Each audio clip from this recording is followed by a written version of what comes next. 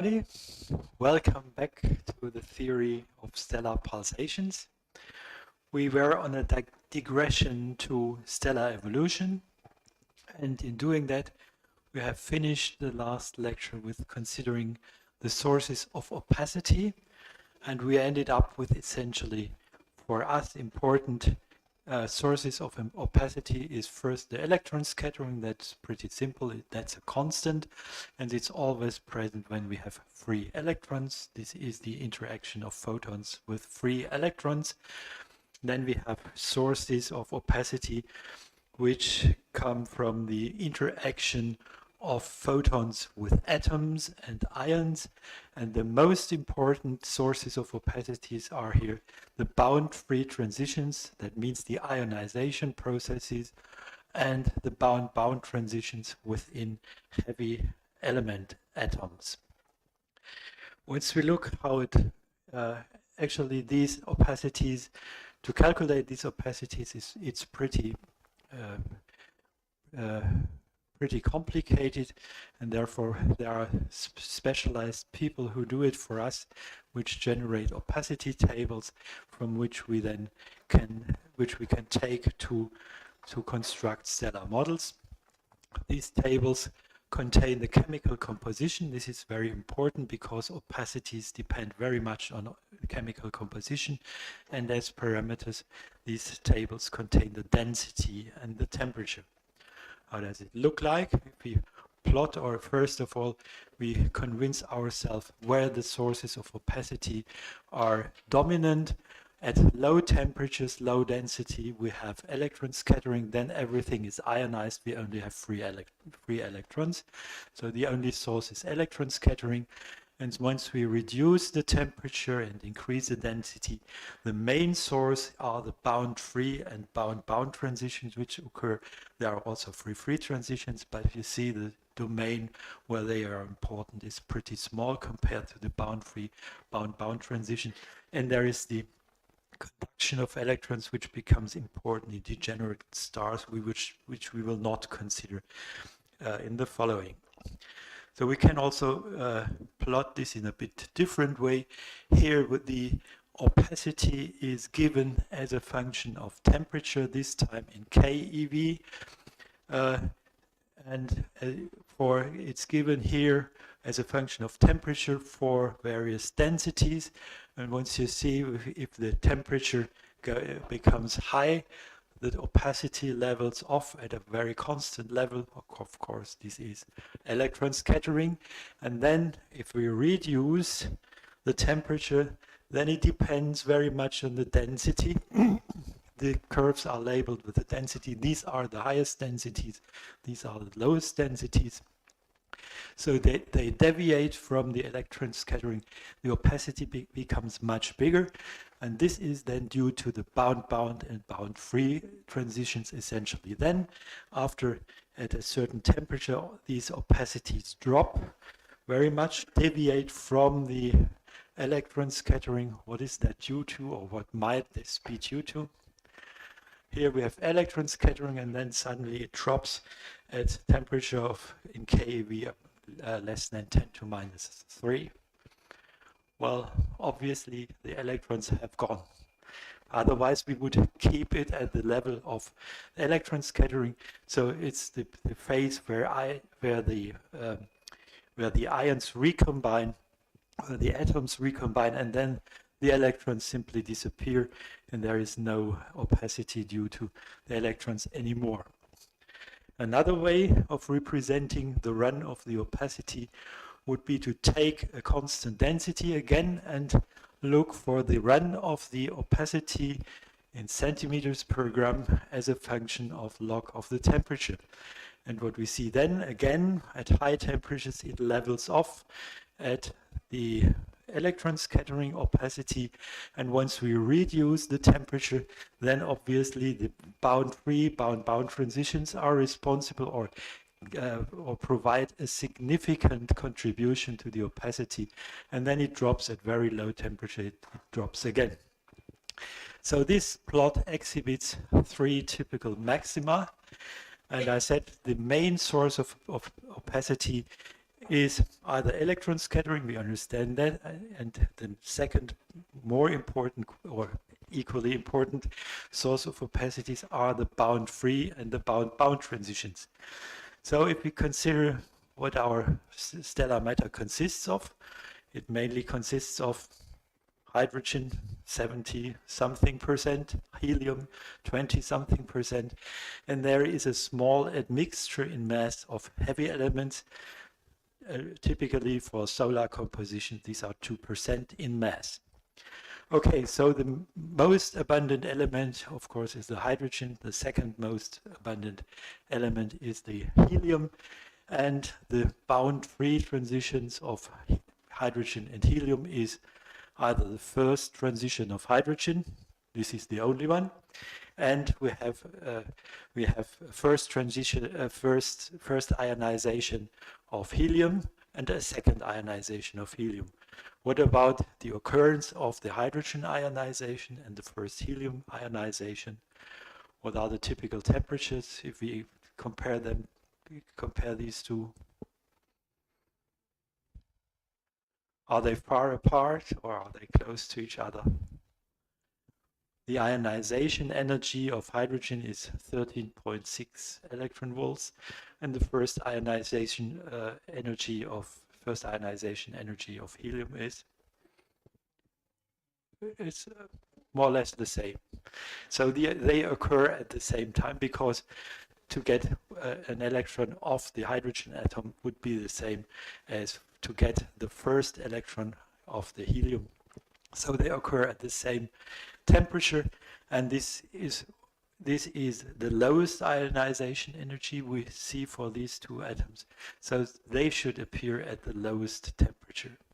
And actually, well, one of these peaks resembles the first ionization of helium and simultaneously the hydrogen ionization.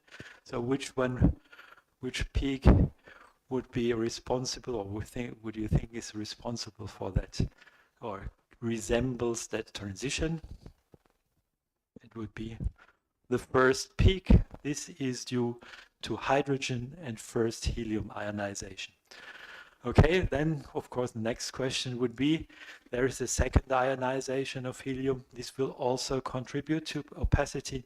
That might be the second one occurring at something like 30,000 K. This is the second peak. This is responsible, or this resembles the second ionization of helium in the opacity.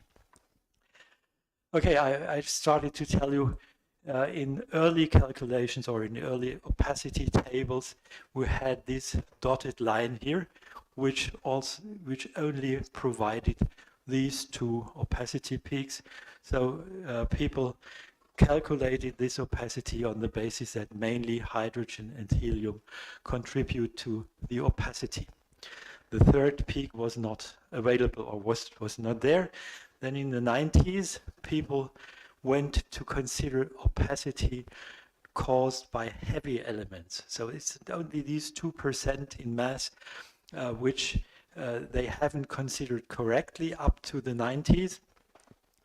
And the surprise was that there are in heavy elements, essentially in iron group elements, there are bound transitions from the deep shells, the K shells, lifting electrons to some higher state, which significantly contribute to the opacity.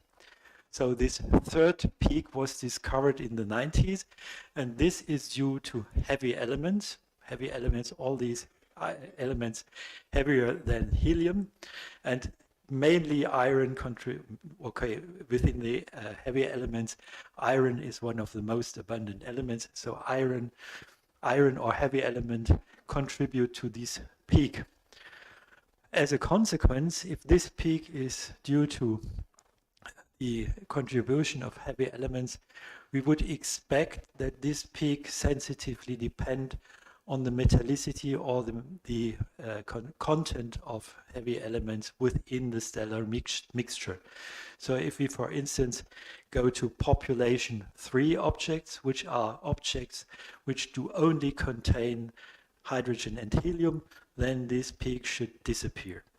If we increase it to solar values, then we get this full line. So this is for solar metallicity, for solar content of heavy elements. This is the full line. And if we reduce the chemical composition or the content of heavy elements, then we reduce essentially this peak, whereas these peaks should be more or less the same. So this peak is reduced, and actually this is the opacity for a metal content or heavy element composition, which is suitable for the Large Magellanic Cloud. The Large Magellanic Cloud has lower abundances of heavy elements. So these peaks are essentially not affected by the metal content, whereas this peak sensitively depends on the contribution of heavy elements. Okay, this peak is totally absent in the opacities used up to the 19th, and then the third peak came in once the people told us, well, there is a third source of opacity which depends on the content of the stellar matter of heavy elements. Well, essentially, all the stellar evolution calculations that have been done until that moment had to be redone because opacity is essential for constructing stellar models. And in particular, well, these peaks are important for the driving of stellar pulsations. So stellar pulsation theory had to be revised by a large amount. So the stellar pulsation sensitively depends on these peaks. Why? Well, what you observe here, the normal behavior or the normal run of opacity with respect to temperature is that it decreases with temperature. So from here to high temperatures, the opacity decreases. There are decreasing branches here, and opacity increases with temperature only close to these three maxima. There is an increasing branch here, here, and there. So what we got is an additional increasing branch here, and I'm anticipating a little bit. These increasing branches are responsible for the instability strips in the HR diagram.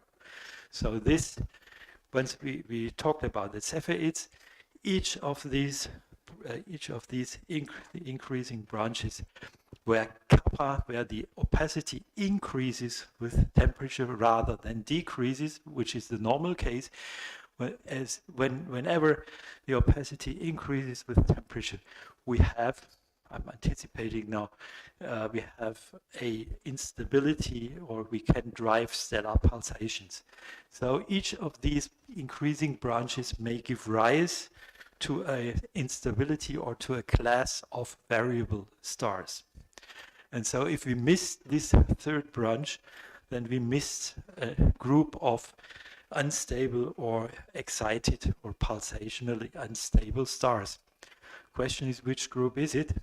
Well, it's the group of the beta Cepheid stars, which have not until the 1990s, there was a big mystery how to drive the pulsations of beta Cepheid stars.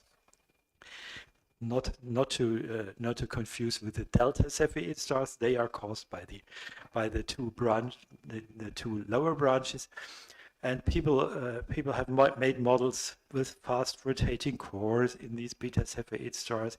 They have made models with big magnetic fields, very sophisticated model to get the driving for these stars. And once these opacities arrived here, there was no problem anymore. It was the same mechanism as for the delta Cepheids, but with a different branch, or with an additional branch, where the opacity increases with temperature. So this is a good example to do first the standard physics right, to calculate opacities carefully, and not to invent sophisticated models, strange models, with including fast rotation, magnetic fields. And in astrophysics, you can all phenomena you can explain in astrophysics if you include rotation and magnetic fields.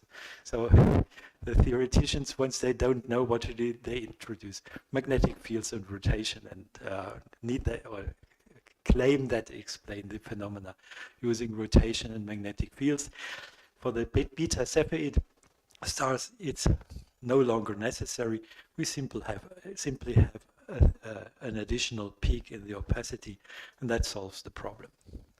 Okay, I'm anticipating a little bit, but I wanted to tell you the story how we got from this these old-fashioned opacities to the opacity which came up in the 1990s. Okay, so opacity, this is an example that the opacity is very important for stellar pulsation. Now I would comment shortly on an additional part of stellar evolution theory, that is nuclear burning. I will not go into the details because then I would have to give you a complete lecture on stellar evolution. Well, nuclear burning, let's consider a reaction. Nucleus A plus nucleus B react and give a nucleus C plus D. Well, and the energy which is released in a nuclear reaction is simply caused by the fact that the masses, the sum of the masses of species A and plus species B is not equal to the sum of the masses of nucleus C and D. So there is a mass discrepancy between these two, and this mass discrepancy is simply radiated away or is used to define or give an energy release. The energy release, delta Q, by the nuclear reaction of these nuclei formerly given by A plus B going to C plus D, is given by the difference in masses of the incoming nuclei minus the outgoing nuclei times C squared. This is the energy released in this nuclear process. So how do we calculate this in general? A very nice concept to calculate the mass differences or the energy release in a nuclear reaction is the concept of the binding energy. Is everybody familiar with that? You had nuclear physics? Okay, so some of you are familiar with that, others not. So I will go and explain what we do here. So the binding energy might be defined on the basis of a thought experiment. You take Z, where Z is the atomic number, the charge number of the nucleus, equal to the number of protons in your nucleus, and A is the atomic weight, and A minus Z is then the number of neutrons within your nucleus. So A minus Z is the number of neutrons, Z is the number of protons in your nucleus.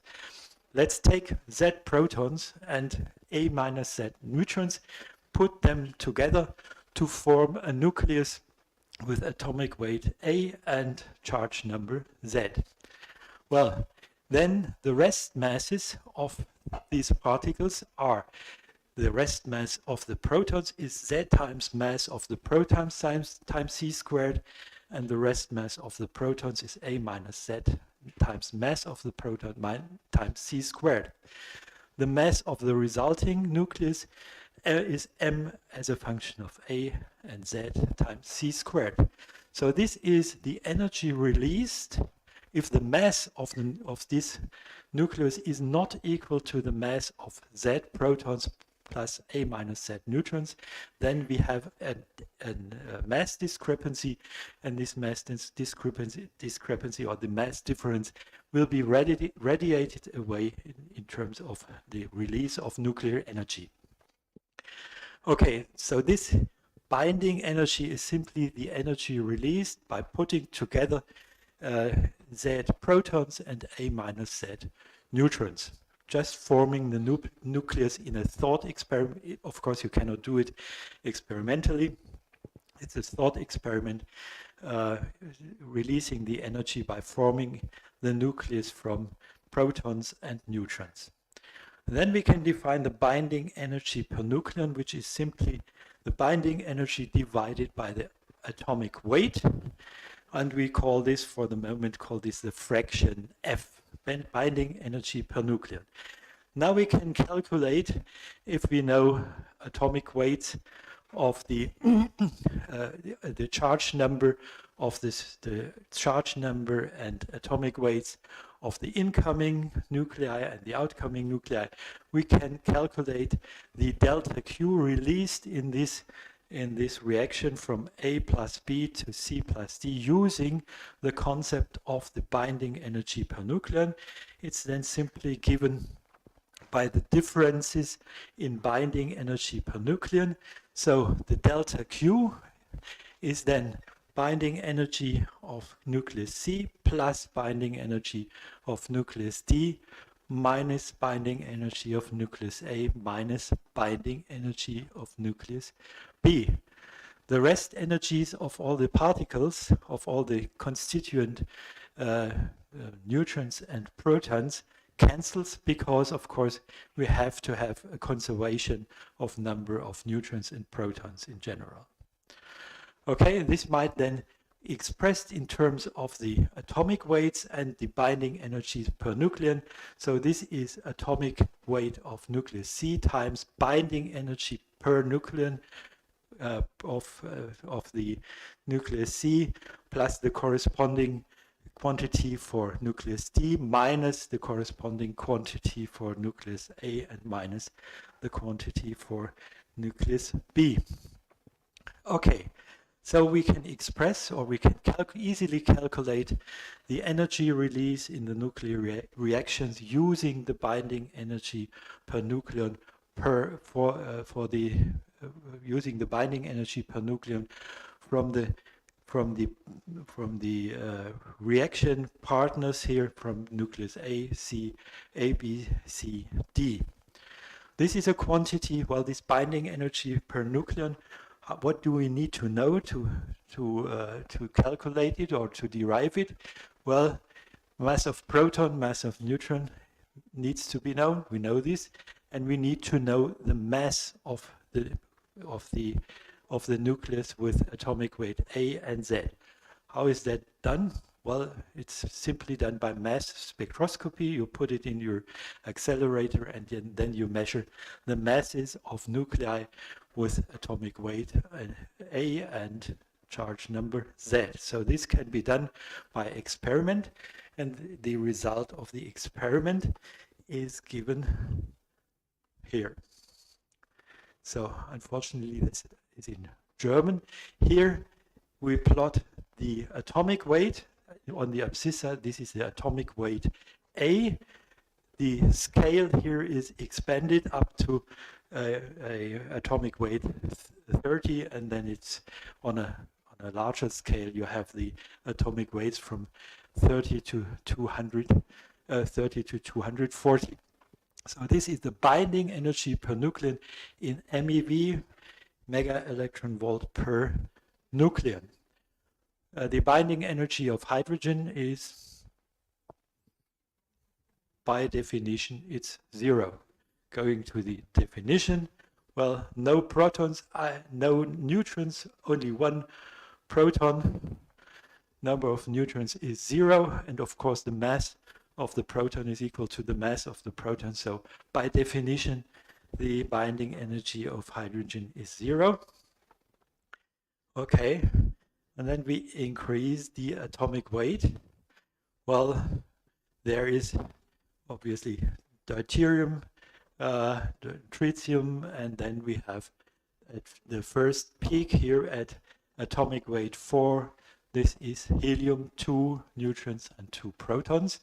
Then the curve increases and gets a maximum here around 50, 60 somewhere. This is the maximum in binding energy per nucleon, which is close, not exactly, but very close to iron 56. So iron 56, it's not exactly true. The precise maximum is close to the iron, which is nickel something I don't remember. But for astronomers, iron, the maximum of the binding energy per nucleon is around the iron nucleus. The iron group elements cover this range, and the iron group elements correspond to the maximum in binding energy per nucleon. So if we want to gain energy from fusion of elements, then we need to increase the binding energy per nucleon once we are proceeding, once we want to make okay, I should say another way. Once we want to have an exothermic reaction, then we have to increase the binding energy per nucleon. This is, if we decrease the binding energy per nucleon, we would have an endothermic reaction. So we need to increase the binding energy per nucleon. The maximum is here. So this can either be done by fusion of light elements, putting together two light elements, increasing their binding energy per nucleon. Then we can release the difference in binding energy as nuclear generation of nuclear energy. The same can be done if we start here. Then we increase the binding energy per nucleon, but not by fusion, but by fission. That is done in nuclear power plants. We start with uranium, and we split this uranium nucleus, and then by this process we go that way by nuclear fission and increase the binding energy per nucleon.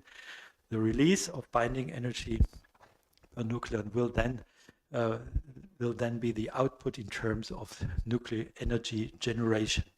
So we can go either way, from here to here, or we can go from here to here. This nuclear fission is not that important for astrophysics. This branch where the binding energy per nucleon increases, this is the range where astrophysical nuclear processes take place in stars. Okay, so keep in mind, binding energy per nucleon is maximum at iron. So if we do fusion, then we can go at maximum up to iron. Any process going beyond iron requires energy. This is a big problem, because how do we generate these nuclei which are around uranium, the very heavy nuclei? This means we have to have endothermic processes to get from iron to these very heavy nuclei. It needs an endothermic process. Okay, so, well, how to generate these nuclei is an issue itself. But once we do fusion in stars, then we go from hydrogen at maximum up to iron. After iron, there is no exothermic reaction possible. Okay, what I want to say here, maximum is around iron 56. Exothermic reactions are only if the binding energy increases, and this can be done from both sides, either by fusion or by fission. And the maximum, what I promise here now, is the maximum of the binding energy are related to stellar burning phases. So what you can do is you can read off from this diagram, which is an experimental diagram done here on Earth without any respect to astrophysics. It's just measuring the weight of nuclei. We can immediately read off the stellar burning phases. Okay, so we can increase, starting with hydrogen, burn hydrogen. What would be the next step, which is reached here? We increase the binding energy.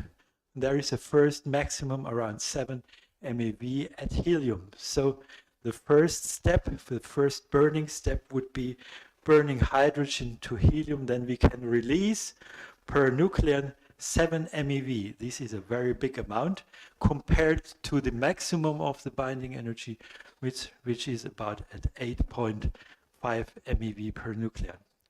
Well, then apparently the binding energy per nucleon drops and has a second maximum around atomic weight 8. What is atomic weight 8? Perhaps someone knows.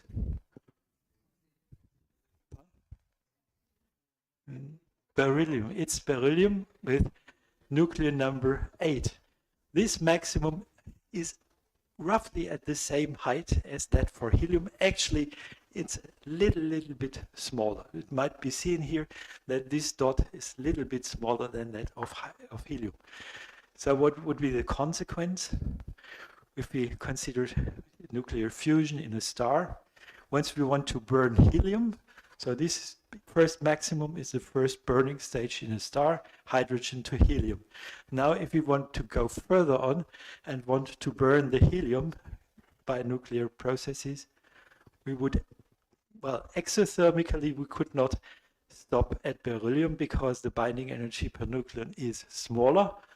These ones are smaller again, so the next higher binding energy per nucleon occurs at 12.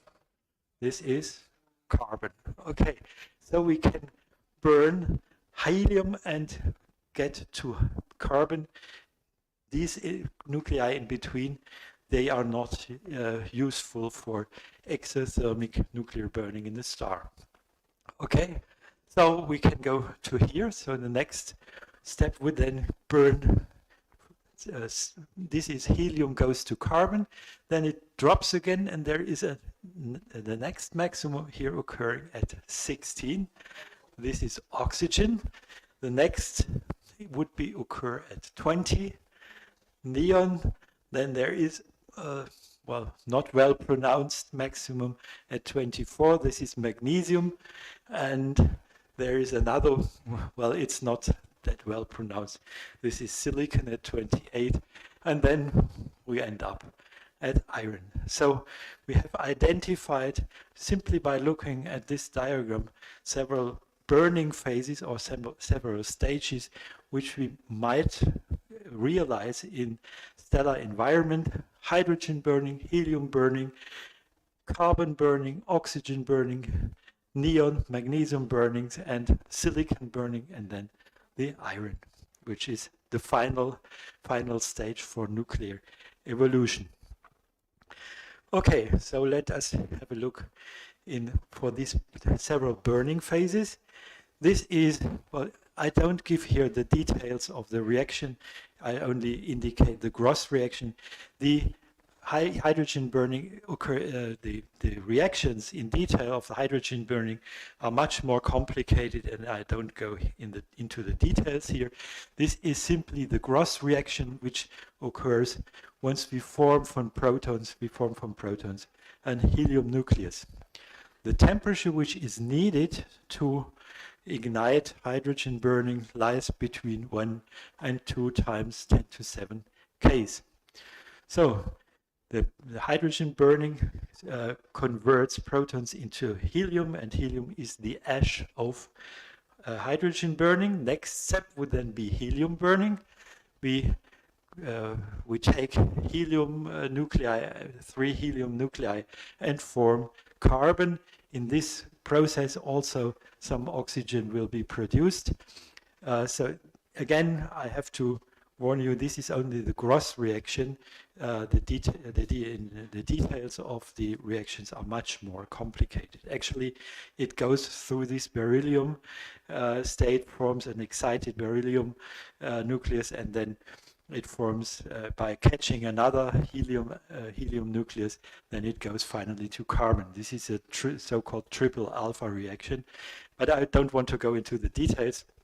Simply, you should know that in helium burning, we convert helium into carbon and a little bit of oxygen, and this requires, again, a little bit higher temperature than the hydrogen burning. It requires between 1 and 2 times 10 to the 8 Kelvin.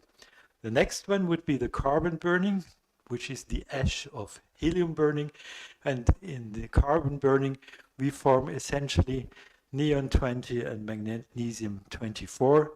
This requires an even higher temperature, which lies between 5 and 7 times 10 to the 8 Kelvin. Now the next step would be the neon burning. Neon burning, this provides, neon burning again produces oxygen, magnesium, and silicon, temperature needed becomes even higher, 10 to 9 K. And then it jumps, so to say, back to oxygen burning. This is due to the detailed reactions which take place, that in this step neon transforms to oxygen, and oxygen then goes back. Oxygen is then the next burning stage.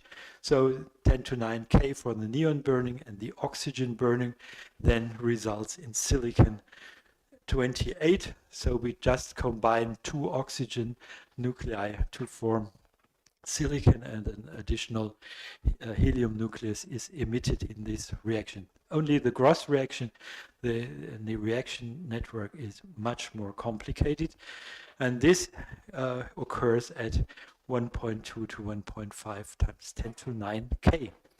Well, the last burning stage is then silicon burning, and silicon burning results then in the iron group elements. This is one should not consider this as a typical reaction network. It's going in the so-called nuclear statistic equilibrium. So this is more like a thermodynamic equilibrium which is reached once we enter the iron group elements domain. So it's not only iron which is produced, it's a combination of many of the iron group elements, including nickel, cobalt, and other nuclei. This occurs at the highest temperature of 2 times 10 to 9 Kelvin. So if all these burning stages are realized, then we end up with an iron nucleus which has the highest binding energy per nucleon.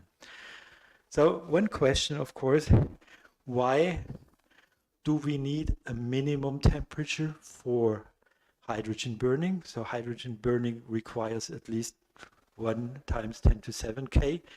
And why do the temperatures for the successive higher burnings increase with going from hydrogen to helium, and ultimately ending up with iron group elements? What causes the increase of the burning temperatures, and of course also the minimum temperature for hydrogen ignition? Why do these increase? Well, this is a question which is related somewhat to the details of nuclear processes. The question is what is important once you have a nuclear reaction. And this is related to the nuclear potential. So if you want to generate or to produce a nuclear reaction, then two nuclei have to meet each other. And then if you hit hit one nuclei, or you have for instance, you have a proton hitting another proton to form, for instance, deuterium or so, or you have two helium nuclei, then you have to combine or to hit one helium nuclei with another one. So it has to overcome the potential, or it has to move in the potential of its partner. How does this potential look like?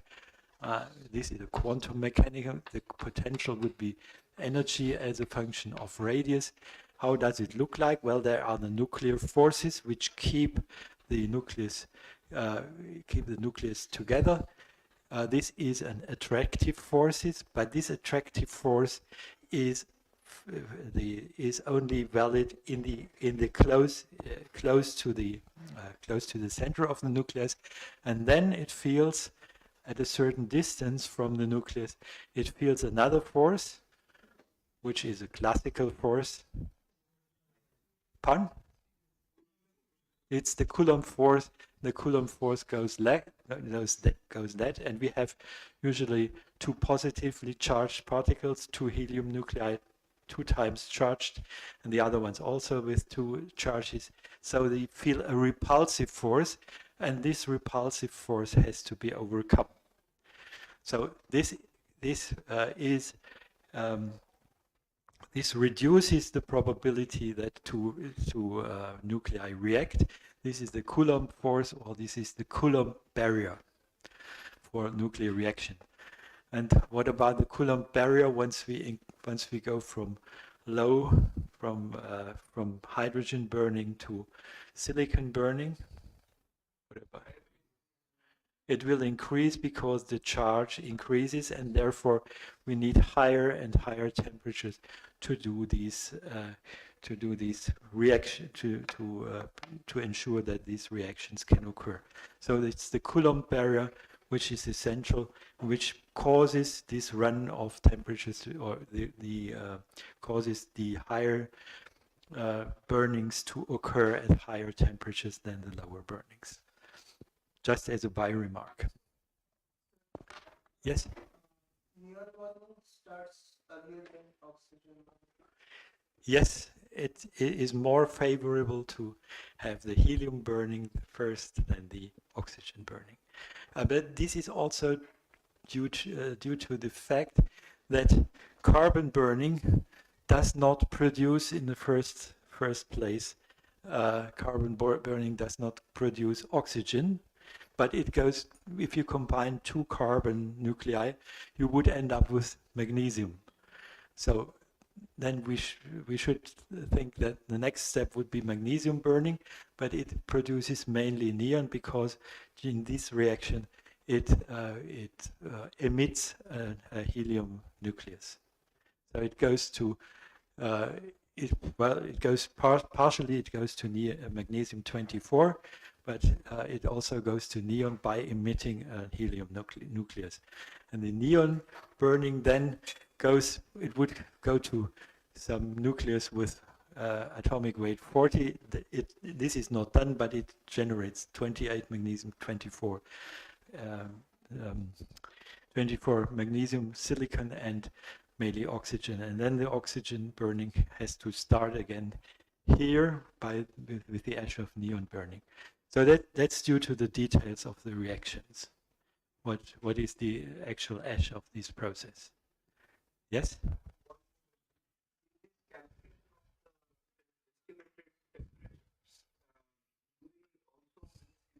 Also necessary to calculate the temperature, the energy needed for the complete ionization of the atom, that is removing all the electrons, or does that not make much difference? In this environment, there are only nuclei and free electrons. So this is completely ionized material because this occurs in the interior of the star, and this occurs at temperatures of 10 to 8 or even at 10 to 7. Everything is ionized. It is already ionized, and then we are estimating Yes. this temperature. Yes, you can calculate these temperatures by doing nuclear physics, and it tells you this is the typical temperature you need to overcome the Coulomb barrier. That's where this reaction takes place, and that at the same time you may see for stellar models going into the range of 10 to 7 K, everything is ionized. So you don't need to care about any atomic physics. Opacity is due to electron scattering. There are no atoms available anymore. Okay. So these are the various burning phases by gross reactions. I haven't gone into the details. Now, that's what I wanted to say about the nuclear physics and the nuclear stages, because we may encounter in the following lectures at some time a little bit on the state of, or the nuclear state of the star, the various burning phases, when and where they happen. So this is just a small digression on stellar evolution theory, without going into the details. Well, I have to comment on a little bit on the energy transport. I already mentioned this. The big problem in stellar physics is the energy transport, in particular if it comes to such phenomena like energy transport by convection. Okay, usually we have, or we assumed so far that the energy transport is done by the diffusion of radiation. Then we know that the temperature gradient is given by dT by dmr, and this is proportional to the luminosity times the diffusion coefficient in the radiative diffusion approximation. Okay, well, in order to include all the possible mechanisms by which we can transport energy in a star, we usually take another procedure, or we take another strategy. Well, we compare, and this is now important to distinguish. There are several nablas defined, and one way of defining this quantity nabla is to relate the actual temperature gradient in a star to the actual pressure gradient. So what we do is we take a stellar model. Suppose we have constructed a stellar model, then we have the stratification of temperature and pressure with mass or radius that's equivalent. So we take it in mass. So we have either the stratification of temperature, something like that, and we have the stratification of pressure. So this denote this with temperature stratification, and this should be the pressure stratification. This is an actual stellar model. Keep this in mind, an actual stellar model. And what we do, we calculate the gradient of the temperature and the gradient of pressure, and we take its ratio here in terms of logarithmic derivatives again. dp by dp is d log p, and if we put this on the other side, this is d log t by dmr. So this nabla essentially is the actual ratio of temperature gradient and pressure gradient. Okay, so this is a general definition which is applied in any case, taking the actual stratification in a stellar model and relating temperature gradient and pressure gradient. So formally, nabla is d log t by d log p. It's always, these nablas are always logarithmic derivatives of temperature with respect to pressure, but generated in a very different way. So one has to keep in mind how this is defined and how it's generated. Nabla is defined on the basis of an actual stellar model. Okay, so if the energy is transported by radiative diffusion, we say nabla is equal to the nabla radiative, and then we can, using this form of the temperature gradient, and of course we have dp by dmr. dp by dmr is also always given by dmr is minus gmr over 4 pi r to the fourth. This is the pressure gradient in pressure gradient for equilibrium between pressure gradient and gravity. So we know this quantity for radiative diffusion. We know dt by dmr, if we assume this is the transport is maintained by the diffusion of radiation, then we say nabla is equal to the radiative value, and nabla radiative is then given by the ratio of this temperature gradient and this pressure gradient, and we simply by calculating that,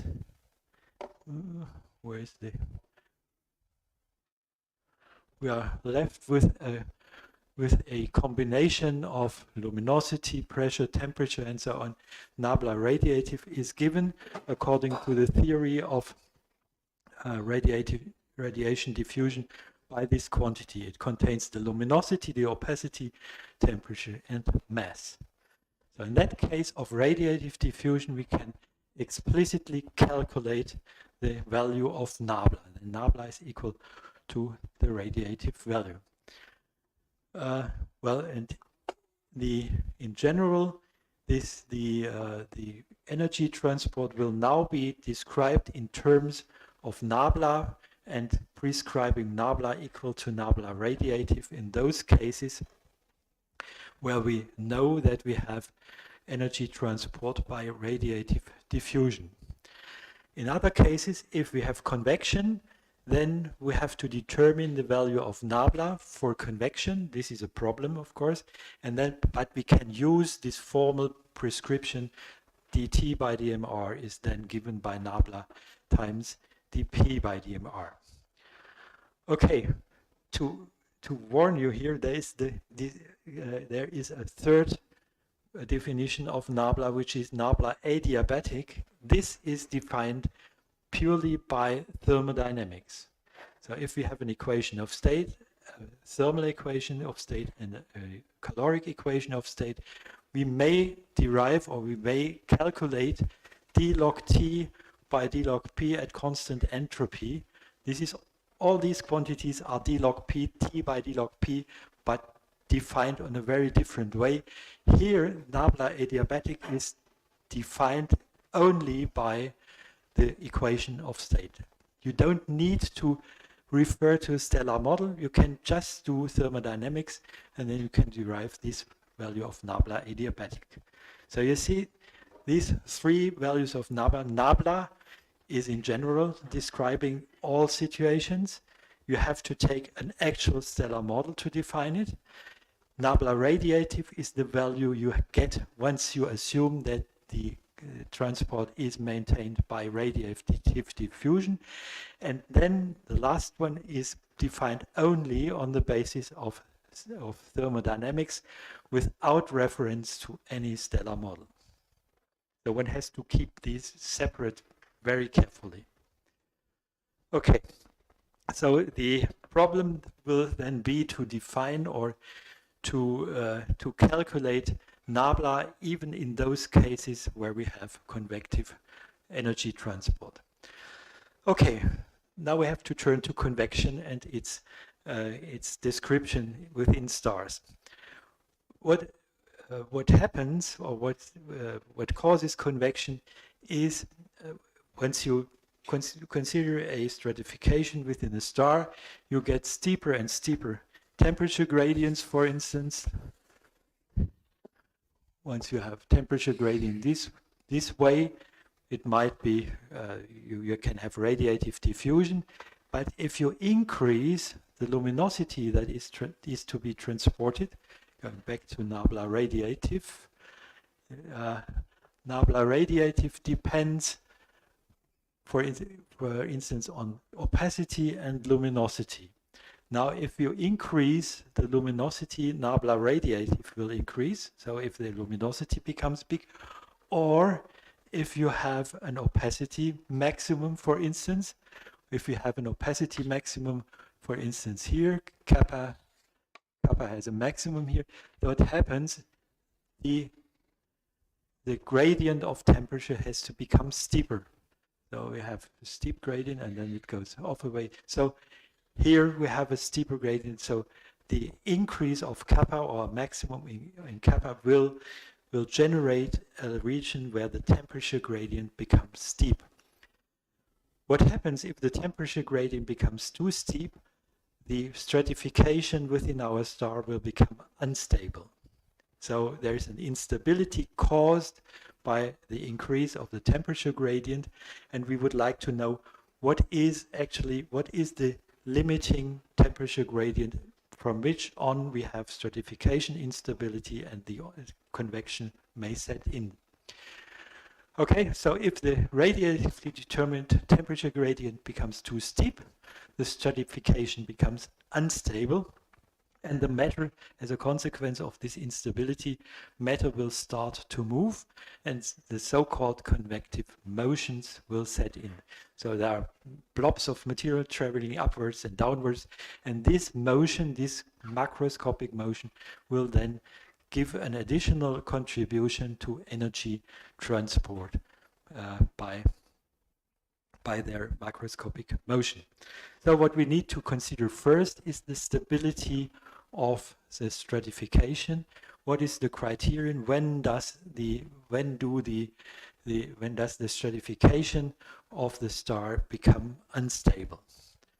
Okay, so let's consider the stability of stratification within a star. So let's consider the situation. We have two levels within our star, one at r and one at r plus delta r. Gravity points downward. This is a gravitational acceleration. And we have a blob of material indicated by this cloud here, and we move it to the position r plus delta r. We perturb it externally, we move it from here to here. So when the stratification is stable, then after we have perturbed it, then the blob of material will come down to the original position. If it's unstable, then the force will be directed in a way to move it further up. Stability, if the force which is felt by the element points backward to the original situation. If it's unstable, then it points the other direction. So it increases the perturbation once it's unstable. It decreases the perturbation once it's stable. Okay? So let's consider now the forces which act on our blob of material. The force which is acting here is the buoyancy force. Buoyancy means the element will feel a force which is minus the gravity times the difference of density within the element and its surroundings. If you have no density contrast between the element and its surroundings, it will not feel buoyancy force. Buoyancy force, of course, requires gravity. If gravity is zero, buoyancy will not occur. So what we have to calculate then is, what is the buoyancy force once we perturb our element? What is does the buoyancy force on our particle or on our element points upward once we move it upward, or does it point downward once we move it? Of course, the opposite. If we move it downward, then in the case of stability, the resulting force, the buoyancy force, should push it back to the original situation. So we have to calculate the buoyancy force, and essentially the main point is to calculate the difference in densities between the element and its surroundings. If the difference is meant as a difference between density inside the element and density outside of the element. Okay, let's do this. So delta rho is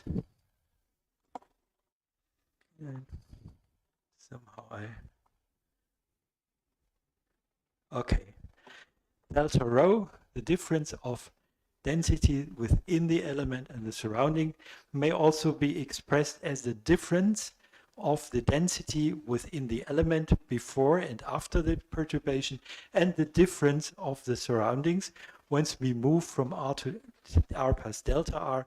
Of course, also the density of the surroundings may change. So this is the difference of the surroundings, and this is the difference within the element, only considering the density within the element at the beginning of the perturbation and at the end. So this may also express as delta rho of the element minus delta rho of the surroundings. The delta rho of the surroundings is easily calculated. This is controlled by the density gradient.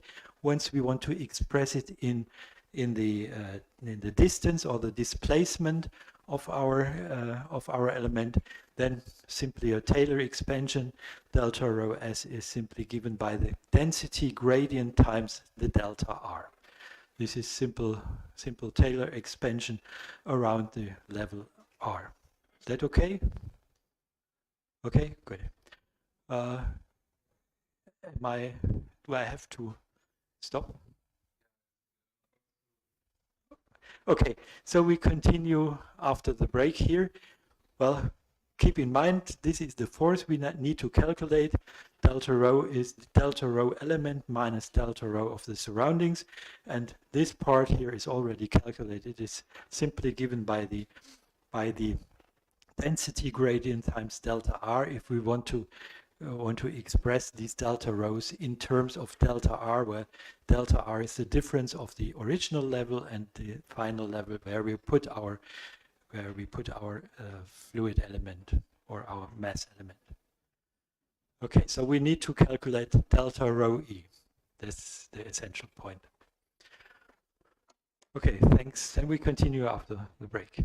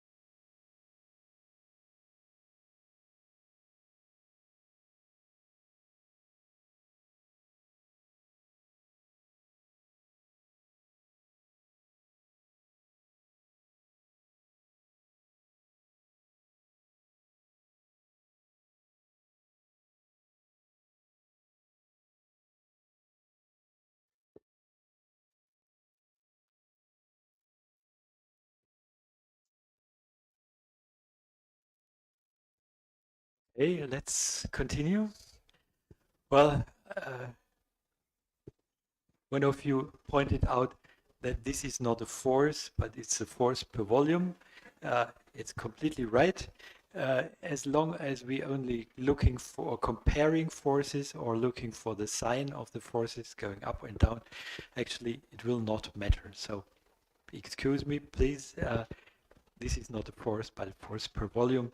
But it will not matter because we are only looking whether for the direction of the force and compare two quantities at most where the dimension is equal. So this will be valid despite this is not a force but force per volume. We convinced ourselves how the change of the density of the surrounding goes. It's d rho by dr times delta r. What about the change of density of the element? And to derive the change of the density of the element, we have to introduce some assumptions. The first assumption is that the motion of our fluid element or our mass element proceeds in pressure equilibrium.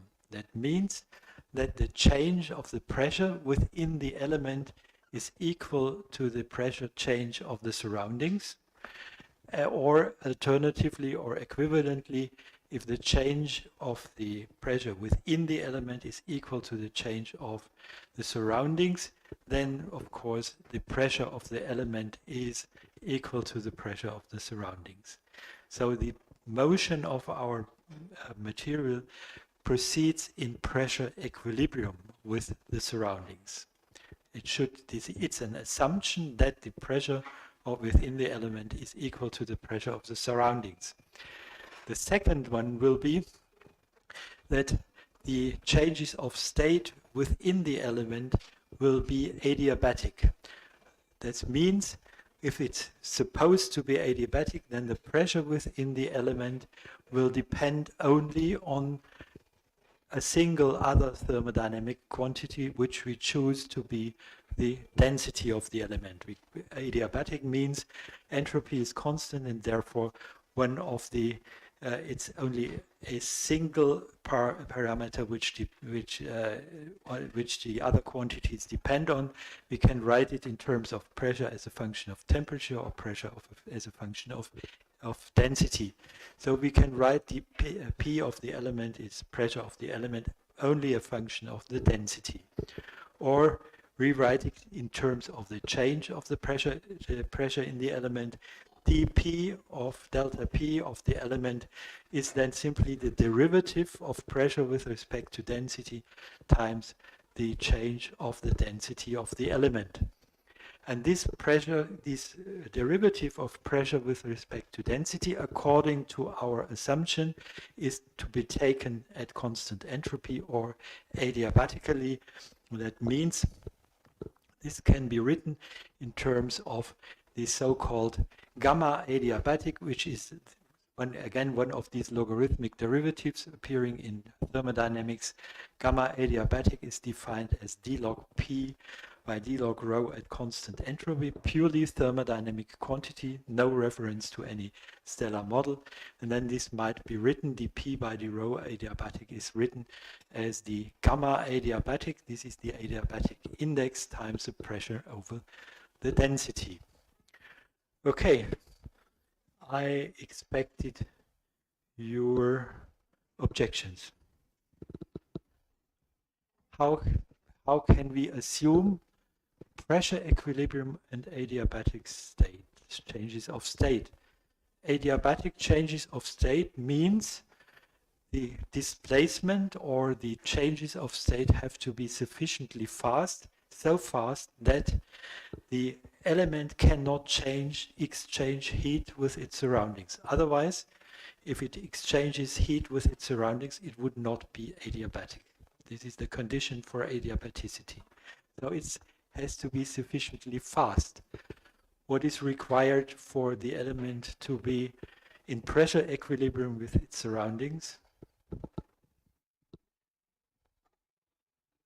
what would be required. So this means we consider fast changes, and here it should proceed slowly. Otherwise, if it proceeds fast, then we have accelerations, and then we do not have mechanical equilibrium, pressure equilibrium for the element. So this assumption implies we have slow motions, long time scale. This assumption means we have fast changes of state. Well, this seems to be a contradiction, or so it's a bit difficult to get out of this contradiction. Well, you get out of the contradiction by considering this is the thermal time scale on which this should. Here you compare changes with respect to the thermal time scale, and here the time scales which you have to consider is the mechanical time scale. So, but you have to keep in mind this. Here you have to be slow compared to the mechanical time scale, and here you have to be fast with respect to the thermal time scale. There may be no gap between these conditions, and then your theory fails. But this is only valid if there is a gap between mechanical timescale and thermal timescale, and if this gap is sufficiently fast, we find some way in between where we can meet both of these requirements. So keep in mind, slow with respect to the mechanical timescale and fast with respect to the thermal timescale. Okay, well, now we can use these assumptions to formulate our, to calculate the delta rho of the element. That's what we are aiming at. Well, first of all, we know delta P of the element is equal to delta P of the surroundings because there is pressure equilibrium. This was one condition. Then we know that for adiabatic changes of state, delta P of the element can be expressed in terms of the delta rho of the element. So this is gamma adiabatic times P over rho times delta rho of the element.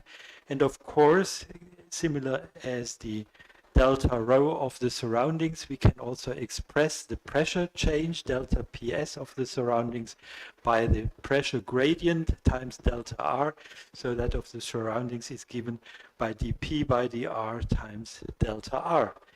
That means we can now express delta rho of the element in terms of delta R.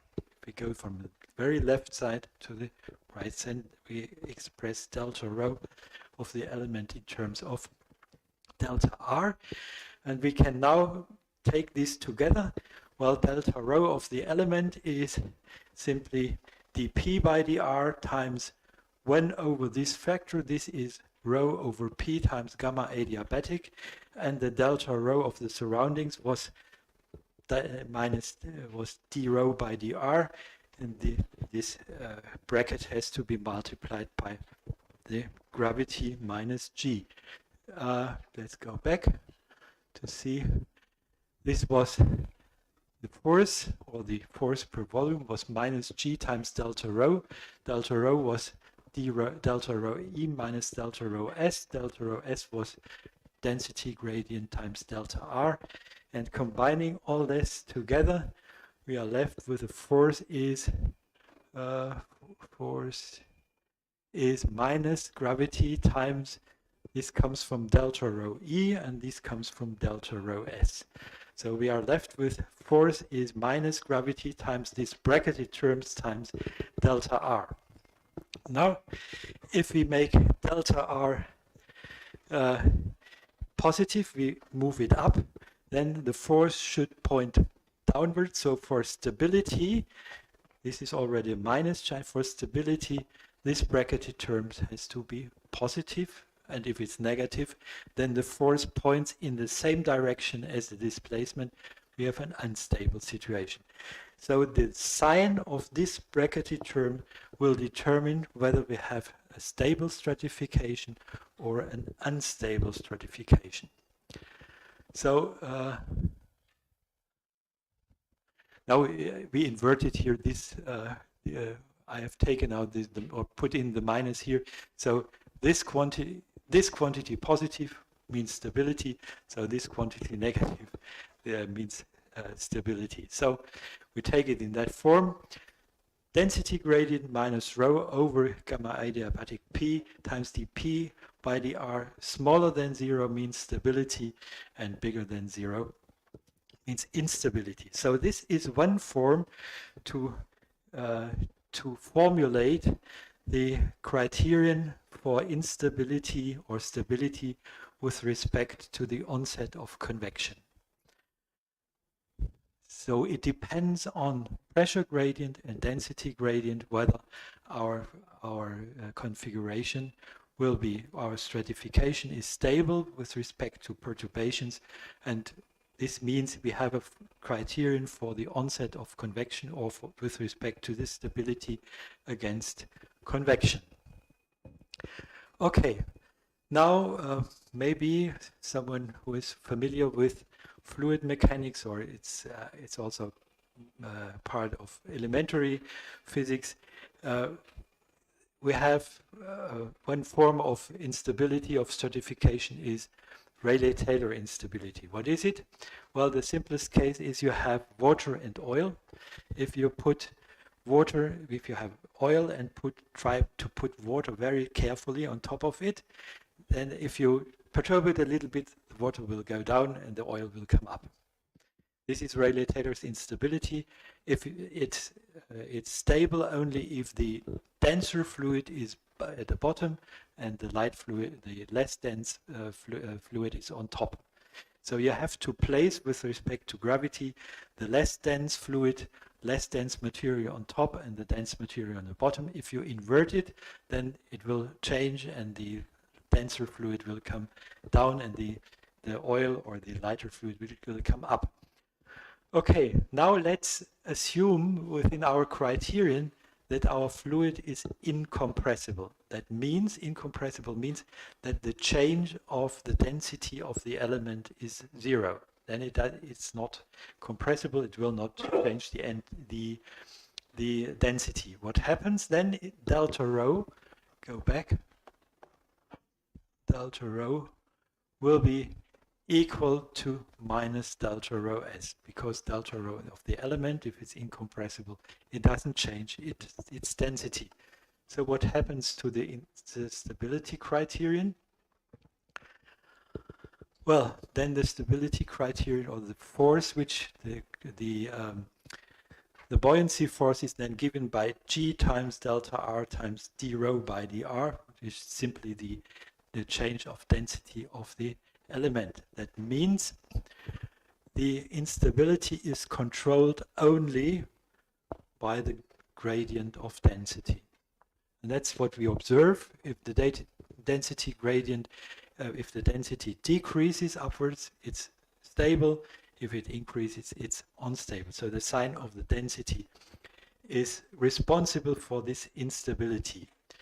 So Rayleigh-Taylor instability, in principle, what we see here rely on the same physics. The only approximation we have done is considering the element either compressible or incompressible.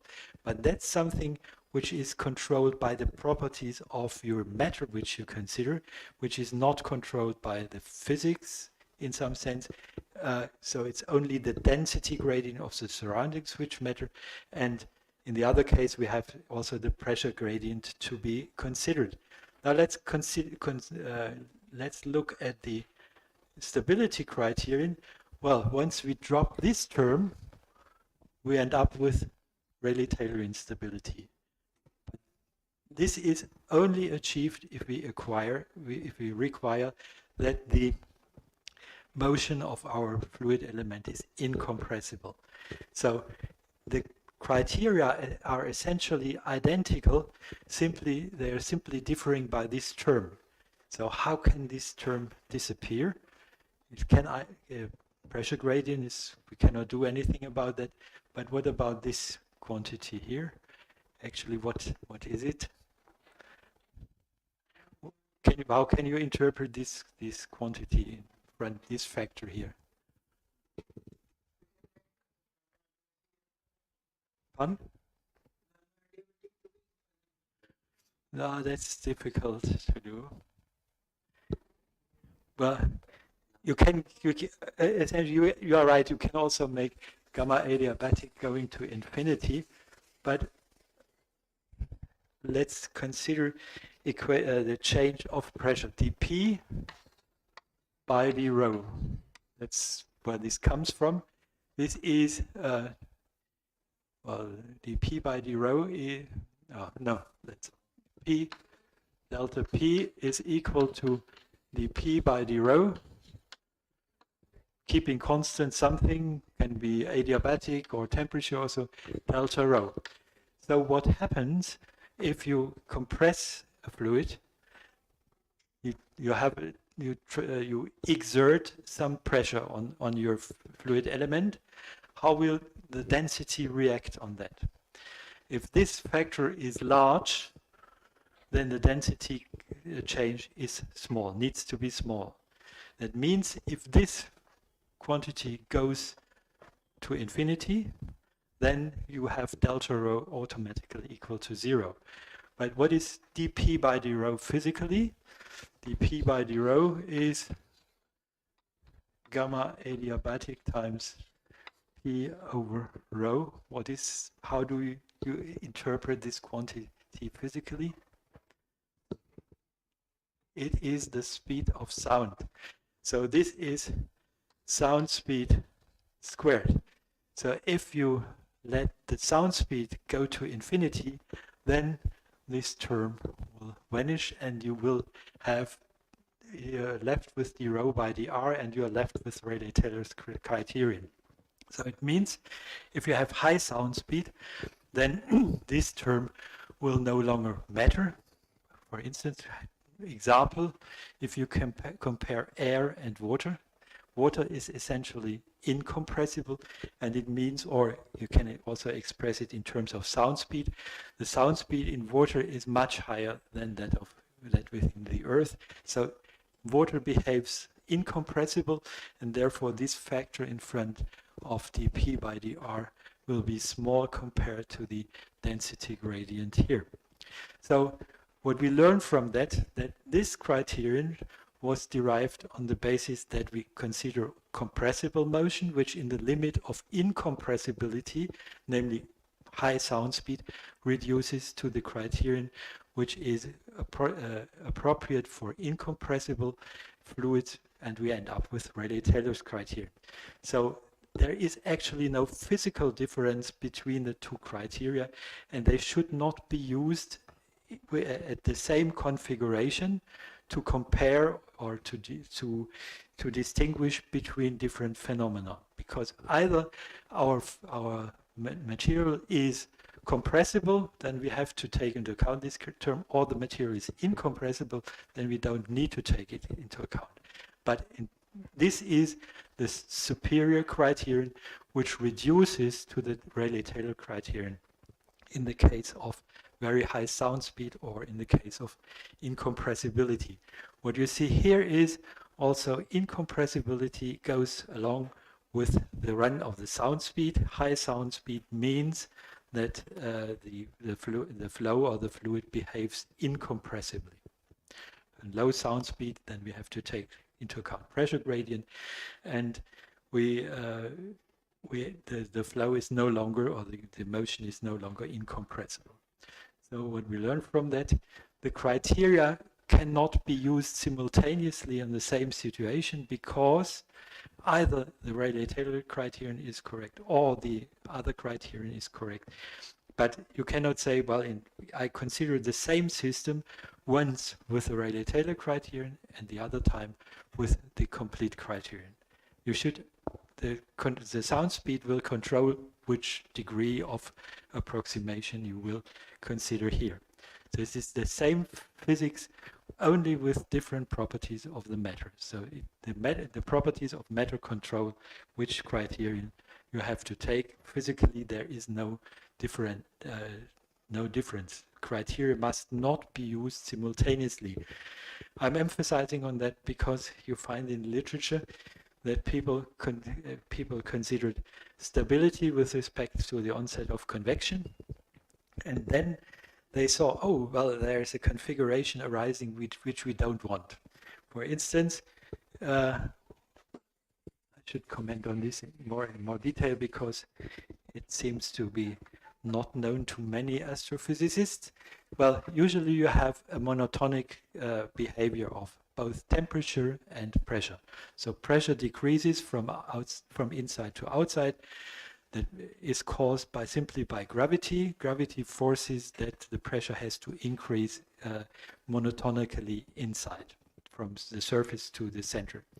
The same is true for the temperature, because temperature gradient controls the heat flux. If you would have a temperature inversion, if the temperature would not go monotonically, then you would have a flux reversion. The flux would reverse. If you have a positive temperature gradient, then the heat would flow into the flux. This cannot happen, so we have only outgoing flux. That means the temperature gradient has to be negative. There must be a decrease of temperature from the very center to the surface. But what about the density? The density in general also decreases with radius. So density decreases, but there may be some regions within the star where it does some strange things. It goes like that. This is a so-called density inversion that occurs in many stellar models, even on very normal and non-exotic stellar models. And some people don't like this density inversion. So actually this happens in the vicinity of convection zones. You have to have a convection zone to get this strange behavior of the density inversion. Here the density increases with radius, and they say, okay, we have determined the property of the convection zone using the full criterion, taking into account the compressibility of matter, and I see this strange configuration. They don't want to have this density increase, so what they do, they say, well, we don't want to have it because it is Rayleigh-Taylor unstable. And this is the wrong concept, I think, because either you take the properties of the matter correctly into account, then you have to include the pressure gradient. You cannot go determining the properties with the full criterion and then afterwards, I don't like this situation.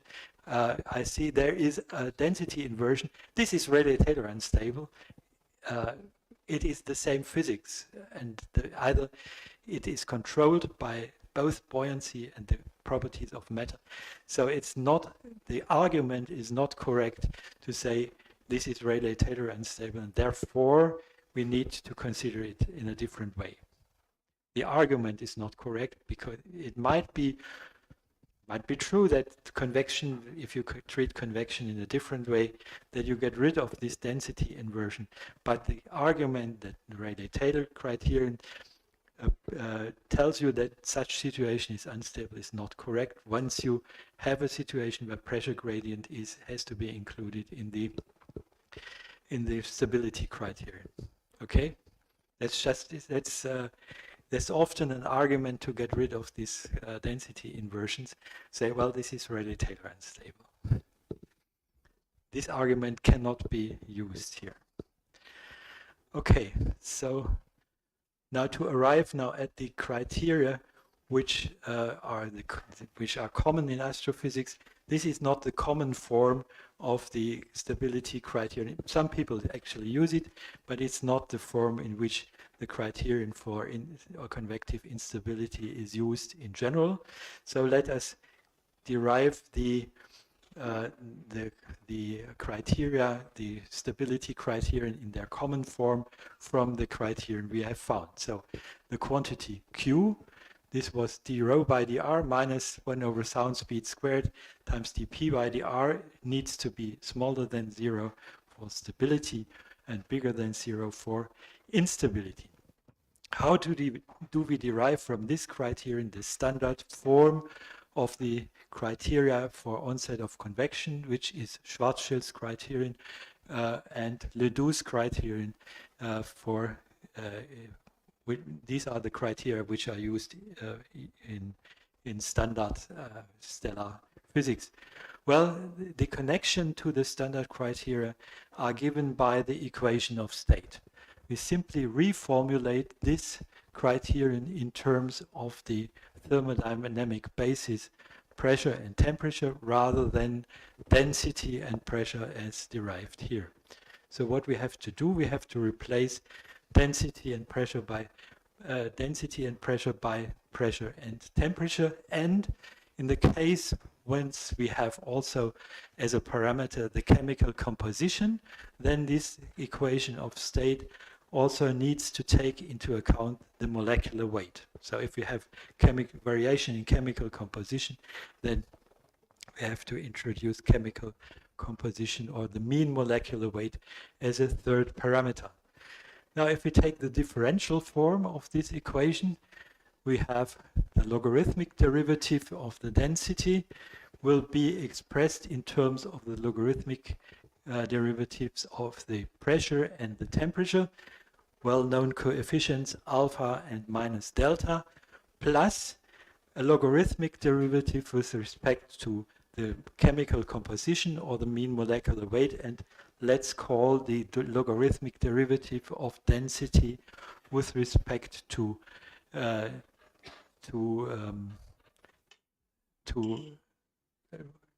logarithmic derivative of density with respect to mean molecular weight by phi.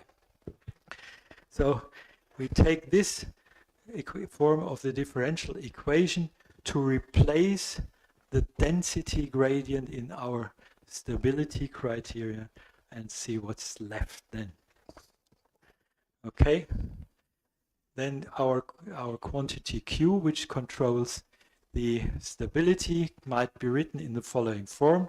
We take the logarithmic pressure gradient out of the brackets, we take the density out, and we take the delta out of the brackets. Then we are left with, well, this is simple algebra.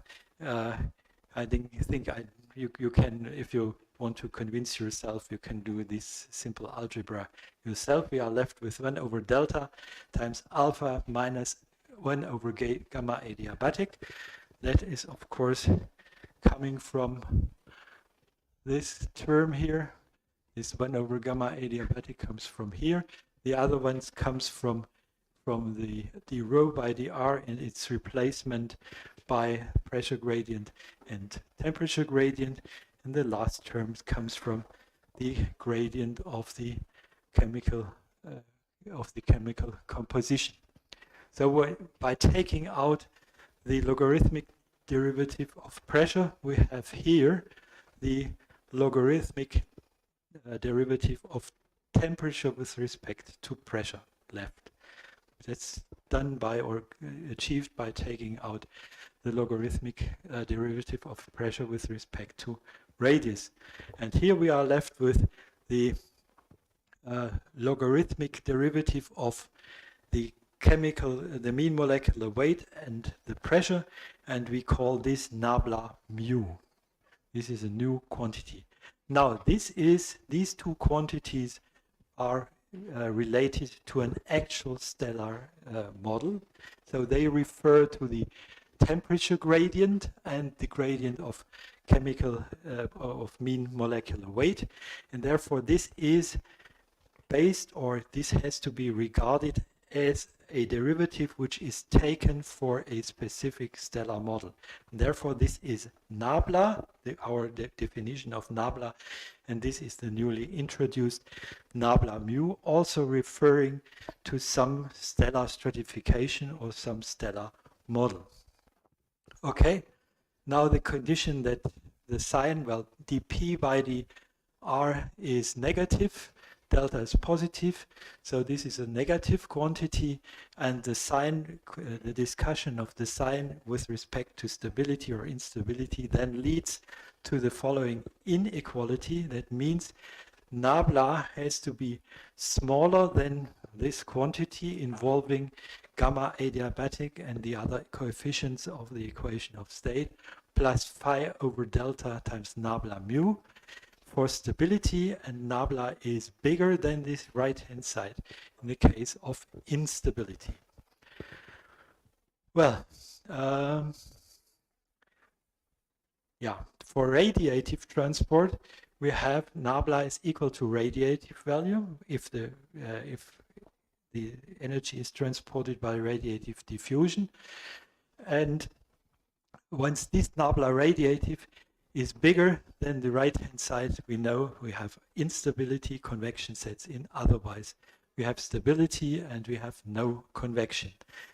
Now, this combination of the derivatives, the various derivatives, thermodynamic derivative can be given a much simpler form, because once you can write 1 over gamma adiabatic, you can rewrite in terms of alphas, deltas, and the so-called nabla adiabatic. Nabla adiabatic was d log T by d log P at constant entropy. So using the equation of state, 1 over gamma adiabatic was d log rho by d log P at constant entropy. Now we replace log rho by the equation of state. This is alpha times d log P by d log P at constant entropy. This is 1, of course. And second one is d log T by d log P times minus delta. So this is by definition nabla adiabatic. So 1 over gamma adiabatic is alpha minus delta nabla adiabatic.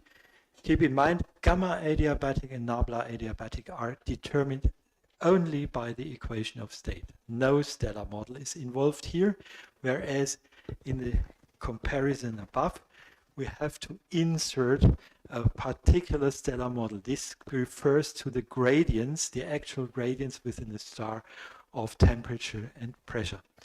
Now, by this relation, we can simply write this term in terms of nabla adiabatic. It's simply nabla adiabatic here.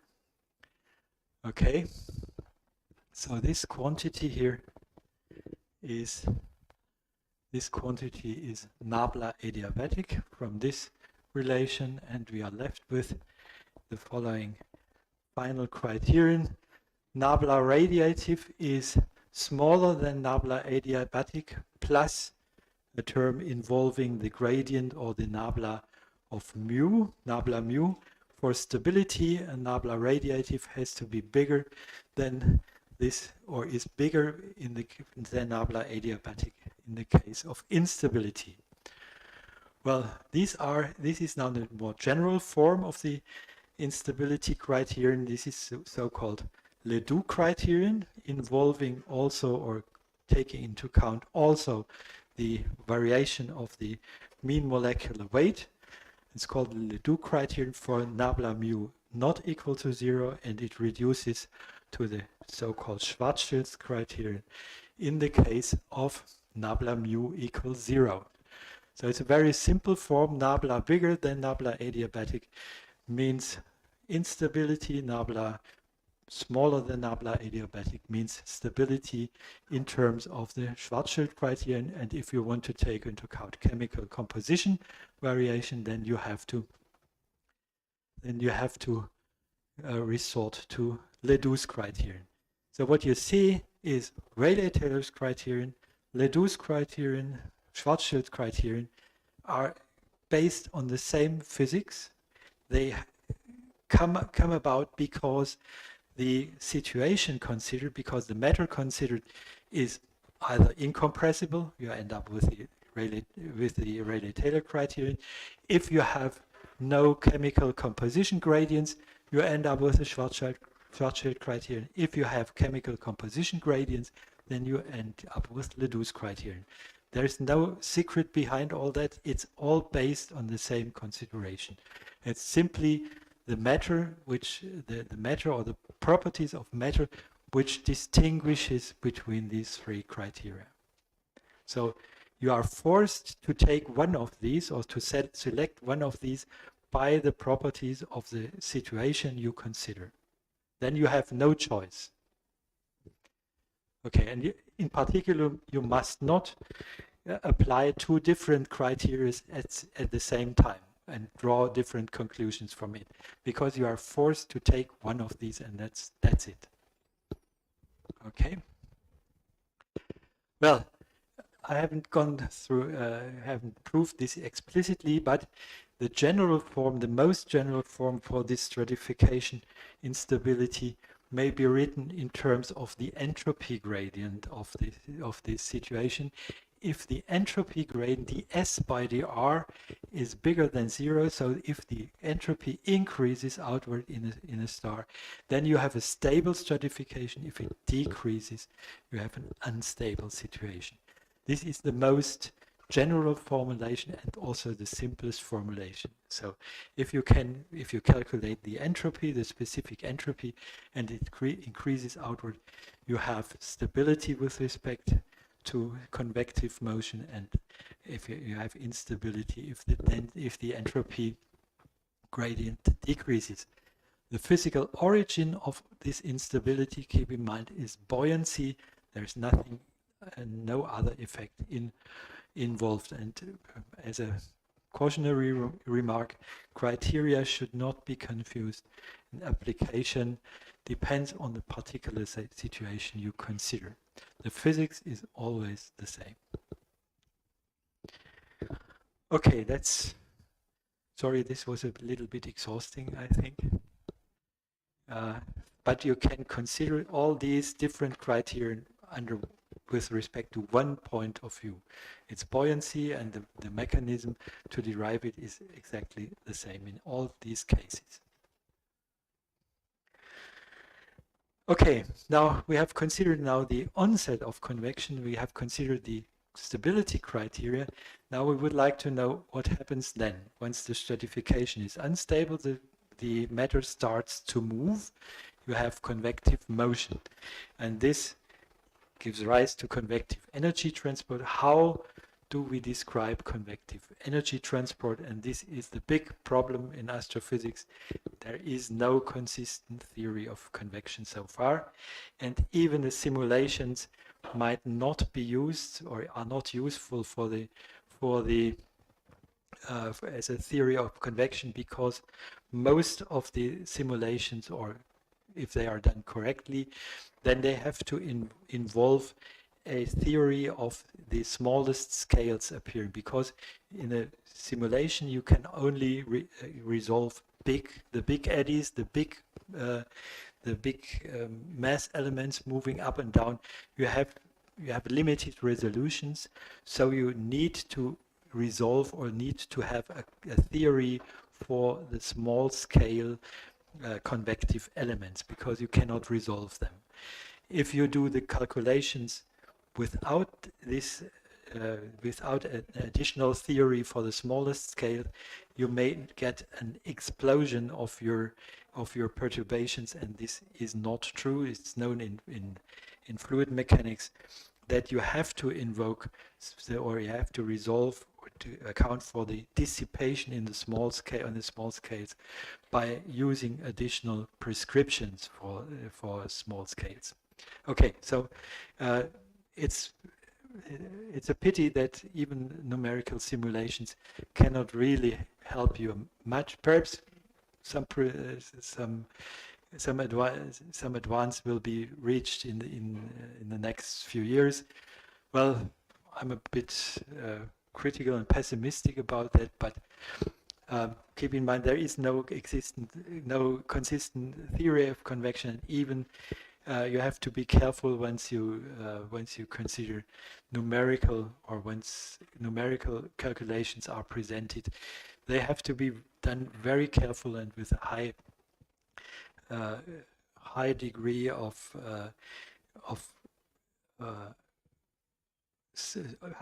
sophistication. Otherwise, the results are not really meaningful.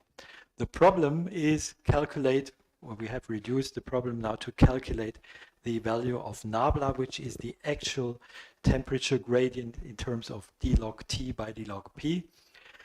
Well, there are some limiting cases where you can argue how big the value of nabla should be.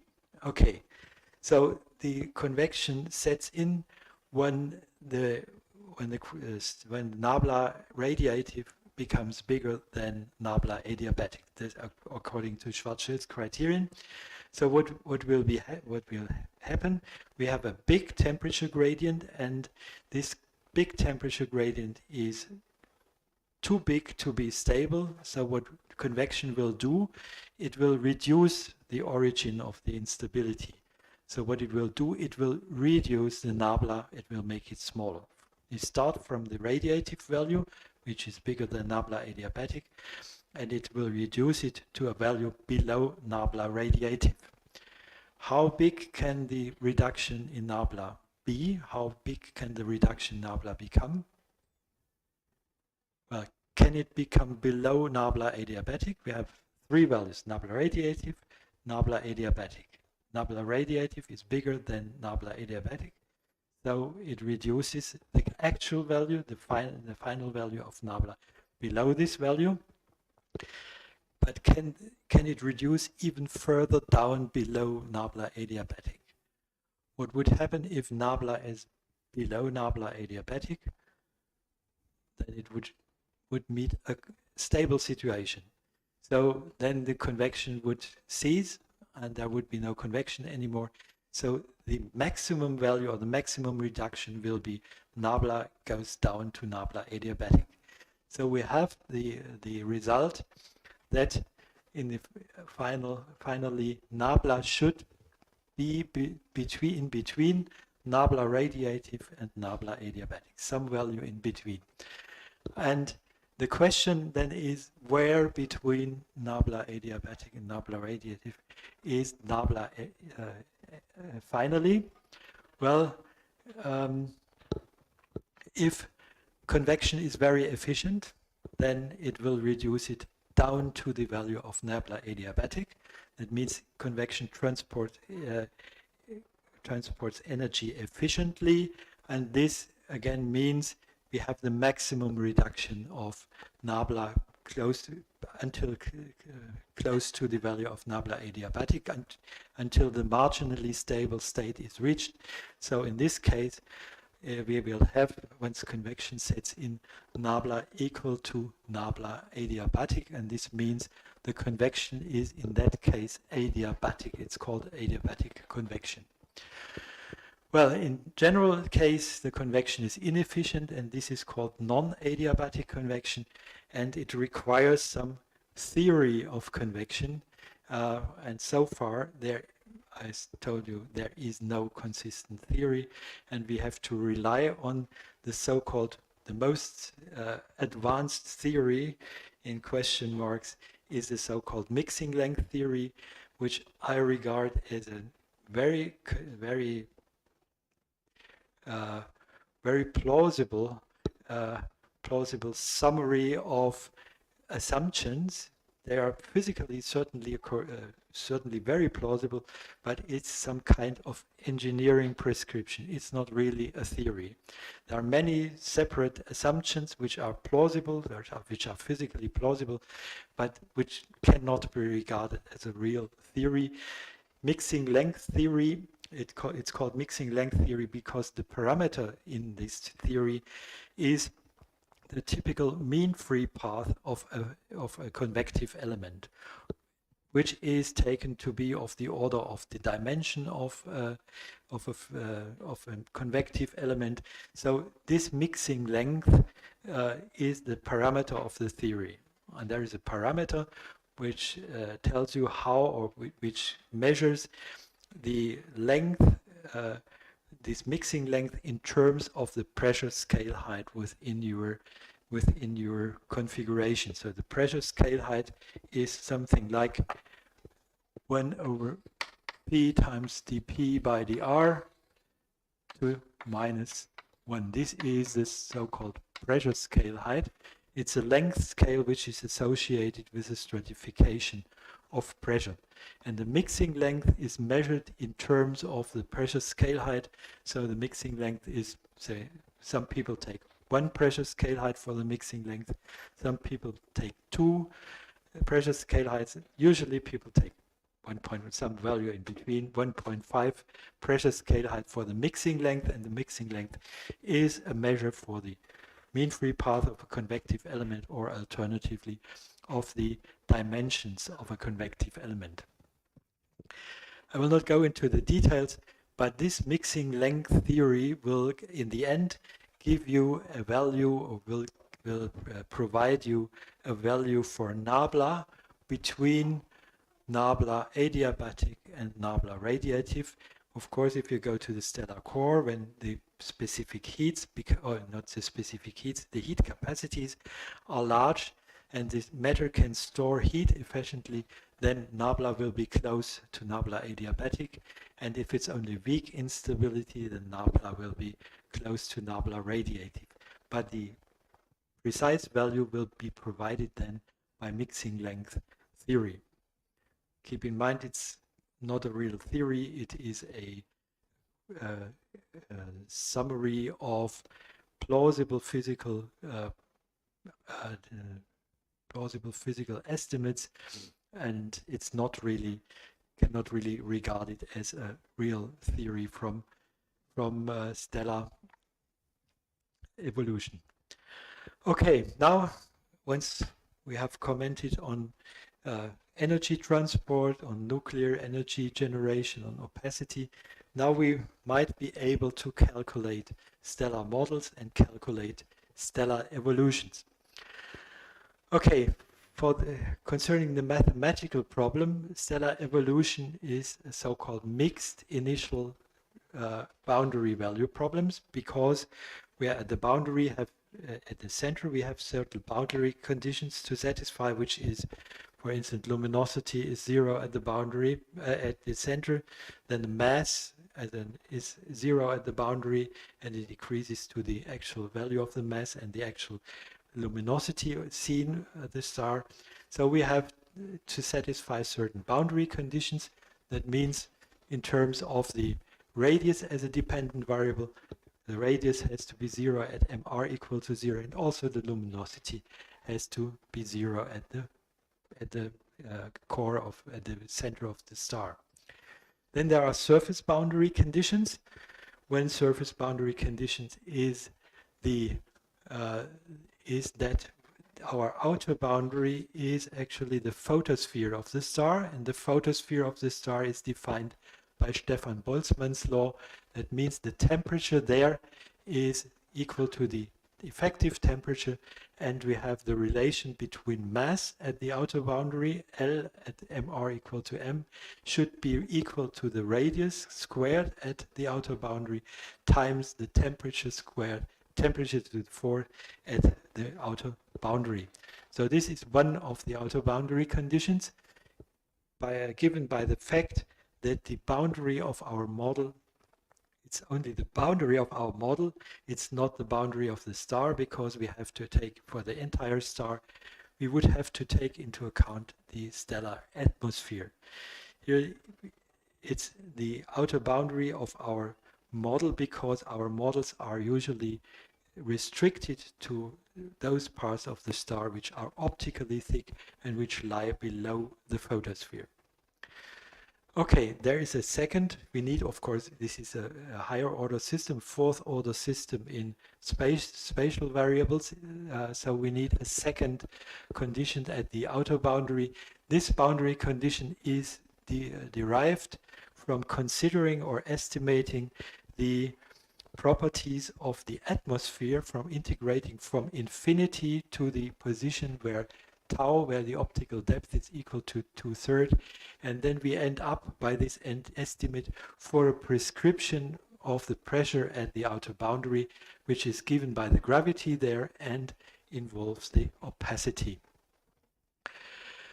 The basic stellar parameters are luminosity, effective temperature, and mass. We have discussed this in detail at the beginning of this section, and usually the outcome or the properties of stellar evolution are discussed in terms of the Hertzsprung-Russell diagram, plotting the luminosity against the effective temperature. Well,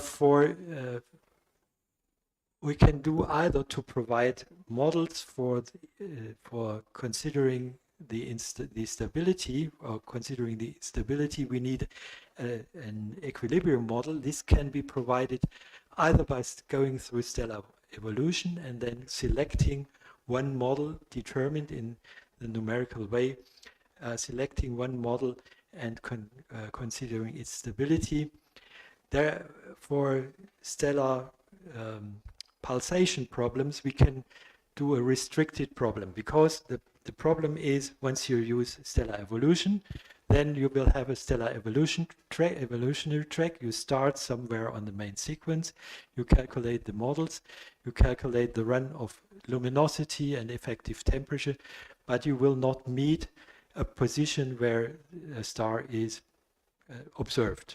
Usually, you have to fine-tune your initial conditions to go through a position in the Hertzsprung-Russell diagram where a particular star is observed. You can shorten this stellar evolution calculations by considering a so-called envelope problem or envelope solution. Then you disregard the solution and you determine the properties of the stellar envelope by an initial value integration. So you select, you observe a star, so you know its luminosity and effective temperature. This is determined by the observation, and you possibly also have some information on the mass. And so you have three parameters available. You estimate the mass and you have the position in the HR diagram. Then you have three parameters together with the chemical composition available for the construction of a so-called envelope model.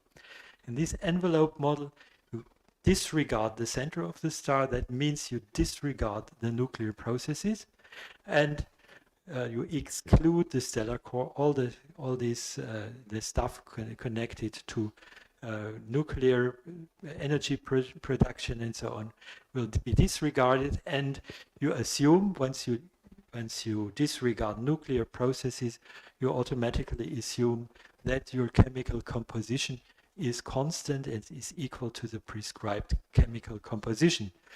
Now, once you don't have nuclear processes, then you also have no increase or no variation of the luminosity with mass.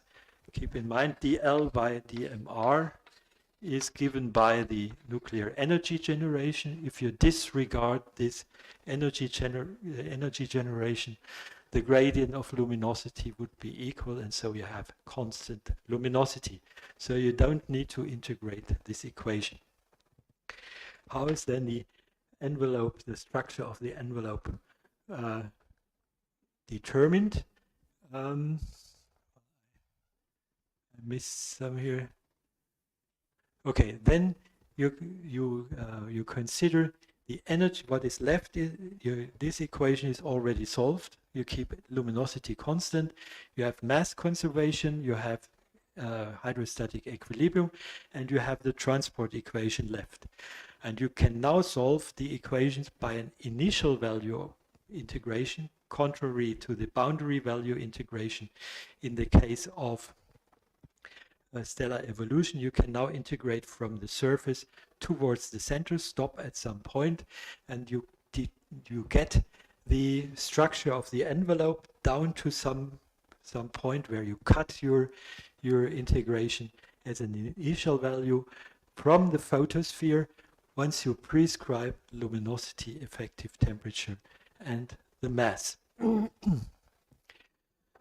Okay, that's an alternative way, which is usually done once we consider hydrostatic model as a means for studying stability with respect to radial or non-radial pulsations. Okay, let's now consider some typical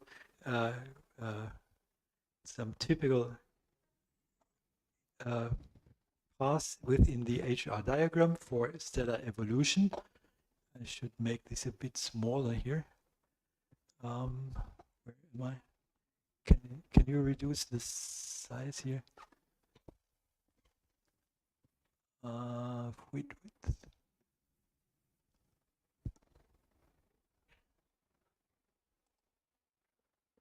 That's too small.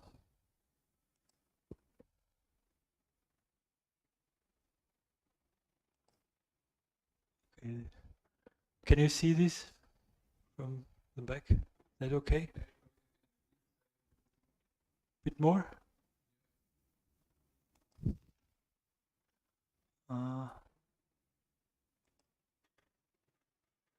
Okay, that's better. So usually stellar evolution starts on the 0H main sequence. This is point 1 here. This is the evolutionary track, the evolution followed for a 5 solar mass from the very beginning, from the 0H main sequence. 0H main sequence is defined as the ignition of hydrogen. This is the first, usually taken as the first point of evolution. Of course, the star has already had some history because it has come from stellar formation, and then it has to settle down at some point in hydrostatic equilibrium. This is at point 1 once hydrogen starts to burn in the center. So while hydrogen is burned in the center of this 5 solar mass object, it goes up that way here, and it finishes hydrogen burning in the center at point 2. This is after, for this star, it's after 10 to 7 years typically. Then you have a contraction phase. The star will contract in its radius, thereby releasing some energy, some gravitational energy. And at this place, the hydrogen is started to be ignited in a shell around the burnt, the ash of the previous core burning. Then in the phase of shell burning, the star moves rapidly to the right of the Hertzsprung-Russell diagram. It stops at some imaginary line, which is the so-called Hayashi line, and then it performs some blue loops from there. These blue loops are different or vary from track to track. So it depends on the mass how many loops will be performed, and then on this way through the loops, there are the second burning is ignited in the center. This is the ignition of the helium burning in the center. Then there is a point where the star again contracts when helium is exhausted in the center, and so on. It performs several loops. Once it performs these loops, it several times crosses the so-called instability strip, the Cepheid instability strip, where the stars are found to vary and to be show variability according to the Cepheids or pulsate like the Cepheids are found observationally. So there is a strip where the star starts to pulsate. Whenever it crosses it, then it starts to pulsate as a Cepheid variable. This as an example how this looks like.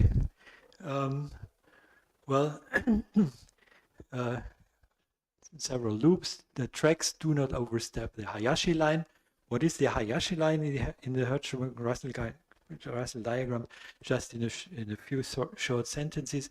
The definition of the Hayashi line has to do with convection, with energy transport by convection. It's defined by nabla equal to nabla adiabatic for the entire star. So stars on the Hayashi line are defined as completely convective stars. Left to the Hayashi lines, the stars are partially radiative. On the Hayashi line, they are completely convective, and to the right of the Hayashi line, we do not find hydrostatic equilibrium anymore. So this is for static configuration. This part of the Hertzsprung-Russell diagram is forbidden for evolutionary tracks. So to say, if you would go to the right-hand side of the Hayashi line, then we would have extremely strong convection. This convection then operates on the dynamical timescale and pushes the star back to the Hayashi line. This is a boundary for evolutionary tracks. Okay, what can we say more for stellar evolution? Well, here we have a Hertzsprung-Russell diagram of several evolutionary tracks between 1 solar mass and 30 solar mass. Qualitatively, all these tracks are similar. We have this main sequence phase where hydrogen is burned in the center, always this between 0.1 and 0.2. Then we have the contraction phase. This is the small kink in any of these tracks. Then the star goes very rapidly to the Hayashi line, crosses several times the Cepheid strip, performs, depending on mass, loops or not loops. For the low mass stars, there are no loops. For the high mass stars, there are several loops. Blue loops towards the left of the Hertzsprung-Russell diagram, and here is the imaginary Hayashi line. Okay, that's how stellar evolution usually looks like. Okay, this was just an example how stellar evolution or stellar evolutionary calculations provide an evolution within the Hertzsprung-Russell diagram, and how these evolutionary tracks look like. And now we can, in principle, once we observe a star, a pulsating star somewhere here, then we can try to match some of these tracks to try that the evolutionary track will match the position, take this stellar model to investigate it for pulsations and stability. Or we can perform an envelope integration by just taking the position of the star in the HR diagram and determine the properties of the envelope of such a star. This was a very gross overview of stellar evolution. I won't go into more details. In the following, I would just comment on some basic principles which are found for stellar evolution, which are important for stellar evolution, and maybe also I can also answer the question, why does a star radiate at all? But that concerns some basic principles. This is an overview how stellar evolution might look like. Do I need to stop here? Well, this is a good point to stop here. Well, finally on this digression on stellar evolution, I will comment then on some of the basic principles, and they might possibly lead to a deeper understanding why a star evolves, how the star evolves in the way I've shown you, and what are the basic principles behind stellar evolution. Okay, thanks.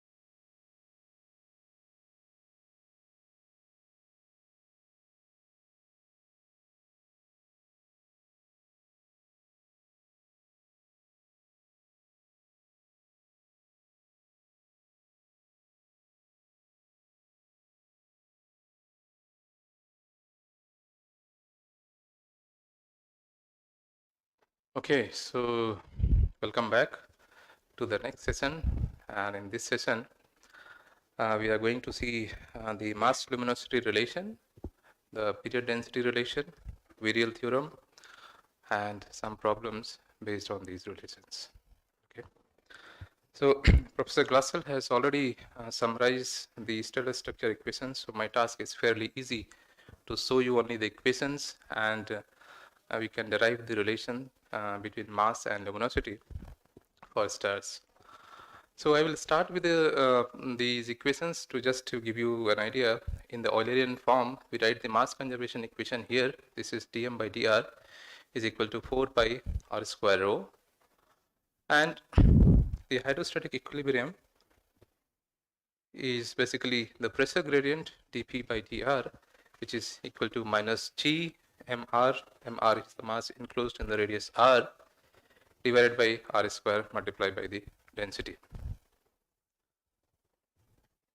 The third equation, that is the energy transport equation. This equation is written under the assumption that the energy is being transported mainly or mostly or purely from the radiation, and we have assumed the diffusion approximation. So under the diffusion approximation, we write the temperature gradient in this form here, minus 3 kappa rho divided by 4 AC T cube L divided by 4 pi r square. So here you see kappa is representing the opacity, A is the radiation constant, C is the speed of light, rho is the density, T is the temperature, L is the luminosity, and R is the considered radius. Now, for the sake of completeness, I would also like to mention the energy conservation equation. So this is dl by dr. This is equal to 4 pi r square rho and then epsilon. Epsilon is actually here is representing the coefficient of energy generation rate, and in this coefficient obviously we are not specifying at the moment, but it is also including the kappa, epsilon nu, epsilon due to the epsilon, which is also including the nuclear processes plus the thermodynamics as well as any kind of energy loss. For example, if the neutrino is leaving the system, that is also included in this epsilon. So now, in order to derive the mass luminosity relation for the stars, we simply assume that, let's say that the star is in a hydrostatic equilibrium. So we write the pressure gradient, and the pressure gradient is written here. So in an approximate way, we write the hydrostatic equilibrium here, for example, dp by dr in terms of p by r, and this is proportional to mass, rho, and r square. Obviously, the capital G is the universal constant, so you can forget about, in order to find out the relation between these two quantities. Now, you see here, the density rho can be represented here, mass divided by r cube. So you have basically mass rho divided by r square. So here 1 r is going to cancel this one. So simply you can see this P in the pressure will be proportional to m divided by r, and then you have this term m divided by r cube, which is coming from the density. Now, in a compact form, this expression can be written as P proportional to m square divided by r to the power 4. Okay, is it fine to all of you? You are able to follow the relation? Okay, perfect. So I request all of you also try by yourself, so that if you have any issue, we can immediately discuss. Now, let's park this relation here and call it as a relation A. And now we see the energy transport equation purely in the case of radiation under the diffusion approximation. We can write in the Eulerian form, we can write the diffusion, we can write the energy transport equation dt by dr, the temperature gradient is equal to minus 3, again these terms, kappa representing the opacity, rho is the density, 4 AC is our constant, and T cube, and then we have a factor L multiplied by 4 pi r square. So we can write after dropping all the constant here, we can write this expression in terms of T by R will be proportional to rho into L, this is the luminosity, divided by T cube multiplied by r square. Okay, so we are dropping out, for example, 4ac term, and we are neglecting at the moment the dependence on opacity. Okay, so it means that from the energy transport equation we can write T divided by R is proportional to rho into L divided by T cube and R square. So from here you can write T is proportional, or T is proportional to rho into L divided by T cube R. So basically one R which is appearing here will cancel the other one, and you are only left with one. Okay.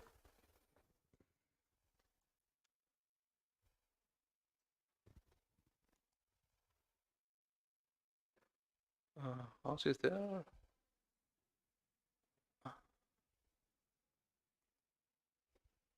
Yes.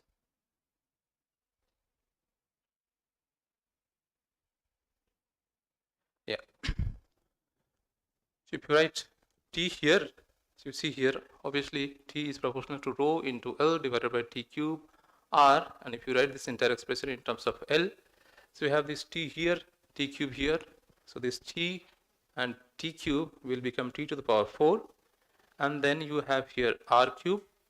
If you convert this rho into m divided by r cube, obviously the density is nothing but mass divided by the volume, and volume is being represented by r cube.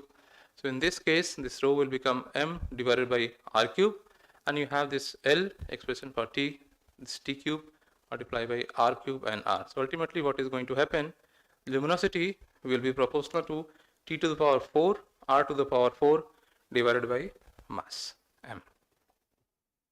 Are you able to follow the relation, right? Let's park this relation here and we call this relation as a relation number B or relation B.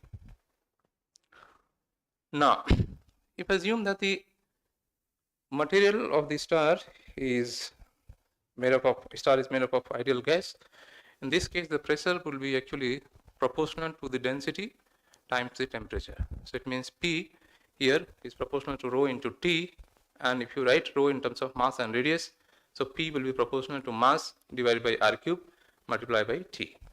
Okay. Now if you simply look back the relation A, this is what we had. P, pressure P is proportional to m square by r4, and here we have P proportional to m by r cube T.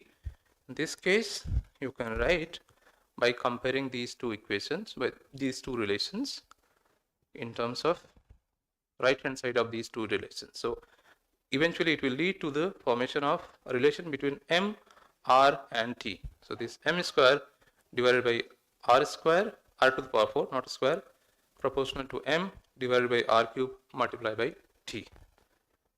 Let me show you once again what we had here. This one, what you have here, pressure P is proportional to m square divided by r to the power 4. Remember, it is coming from the hydrostatic equilibrium relation, and now here what you had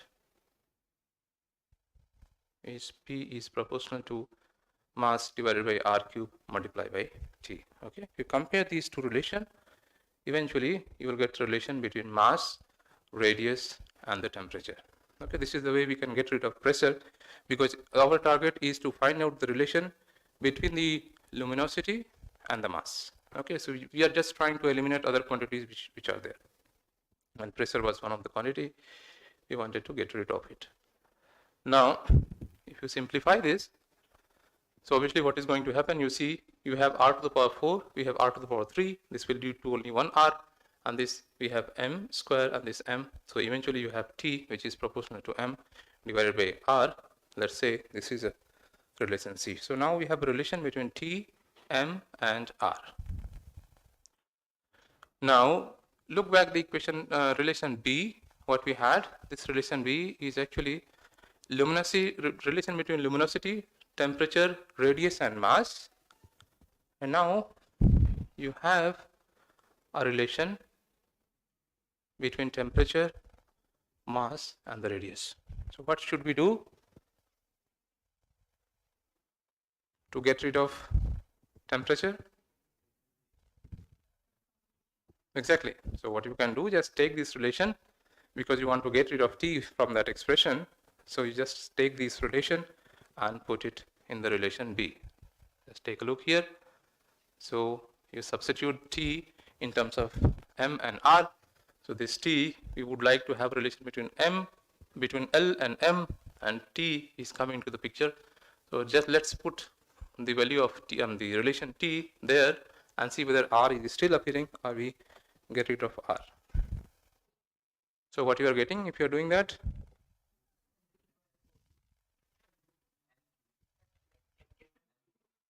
M cube, all of you are getting M cube? Okay, perfect. Yeah, this is what I'm also getting. Now, what this relation is telling, can you comment? Anybody have thought about it? So we have a relation between luminosity and mass. And what we have used in order to derive this relation? What equations we have used? Hydrostatic equilibrium, energy transport, under the assumption that energy is being transported by radiation, and anything else?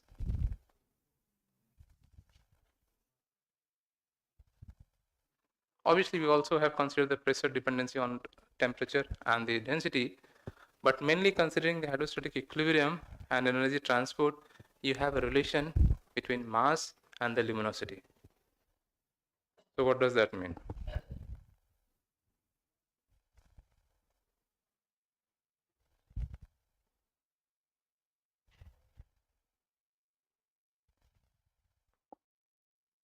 If you write, let's say, L is proportional to M cube, okay? So if I have a relation, I can also write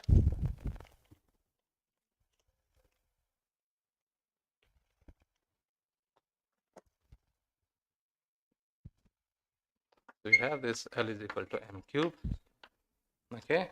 So I can also write, assuming other thing is constant, obviously, constant, maybe let's say A M cube. What we can interpret from this equation, or maybe this relation. It's better to write this relation, but yeah, even if you want to try to make sense using the equation, tell me what is the significance of this equation or expression or relation.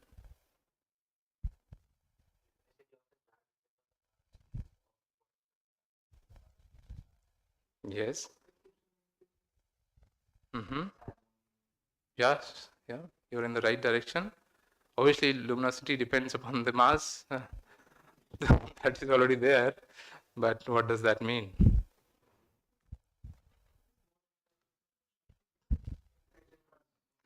I mean, yes, it is obvious that you increase the mass, luminosity is going to increase. That is there from the relation. But what is special about this relation? Maybe the master students or PhD students can help us.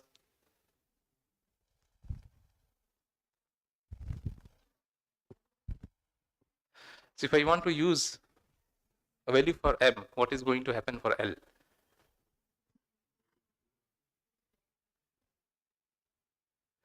So this expression is actually telling us that if you tell me what is the mass of the star, then the luminosity of the star is being fixed by the mass, right?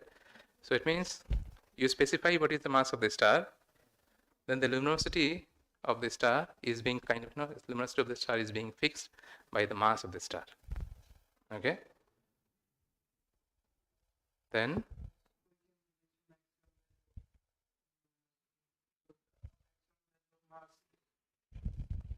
so now mass is a kind of very important parameter in stellar astrophysics. Okay?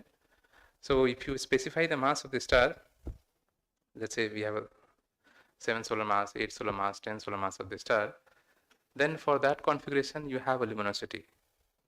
Now the nuclear reactions inside the star, they have to adjust in such a way that the star maintains the luminosity, which is a kind of requirement from this relation that for a given mass, the star should have that luminosity.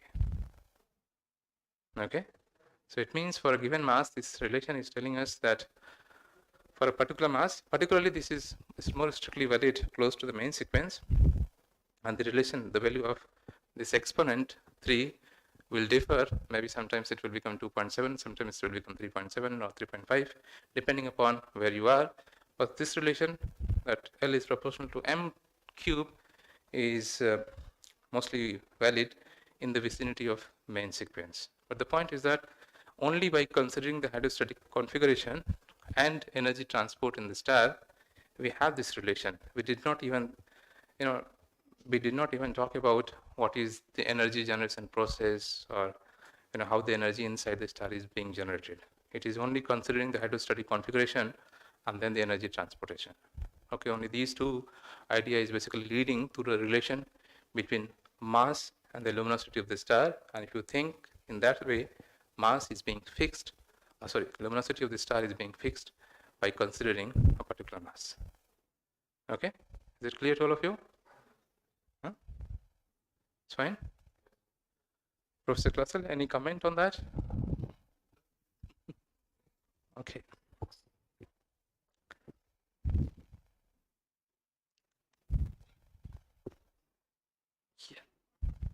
Yes, this was what I was talking about. Luminosity of the star is actually being fixed by its mass, and this relation is kind of strictly not, I would say it's not universal relation, but it is like the exponent, value of exponent may vary depending upon where you are in the HR diagram, but close to the main sequence, the value of dependence is L is proportional to m cube.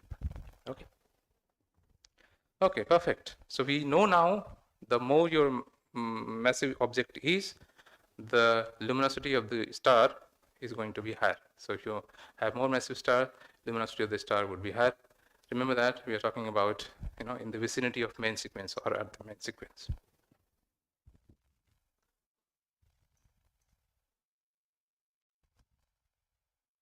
Okay, maybe. Rohit, can you open the other PDF? Yes, yeah, thank you. Now, let's assume that we have a group of stars along the main sequence, and they obey the mass luminosity relation what we have just derived. Okay, so it means for them luminosity is related to m cube, and they also have a relation between radius and their mass, and this radius is almost proportional to their mass. So radius is proportional to m to the power 0.9, close to r radius proportional to m, and this is here in this case we are taking not exactly 1, but r is proportional to m to the power 0.9. Okay. Now the question which is mentioned here is, you have to determine the mass dependence of Kelvin-Helmholtz timescale. Do you remember what is Kelvin-Helmholtz timescale? There were three timescales, three kind of timescales. Professor Glatzel has already mentioned in one of the previous lectures. So what kind of these timescales were? Dynamical timescales, nuclear timescale, and thermal timescale. Yes, very good. So thermal timescale, sometimes it is also referred as Kelvin-Helmholtz timescale. So in this question, here it is being asked that you have to determine the mass dependence of Kelvin-Helmholtz or thermal timescale. Okay.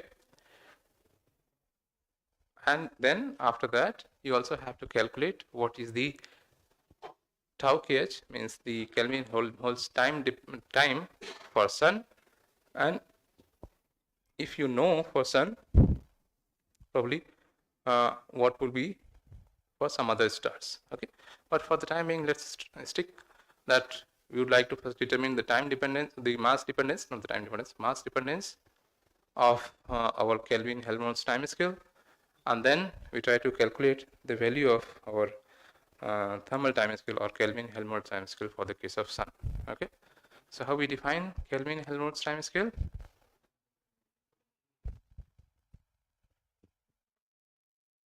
Any idea? Any suggestion?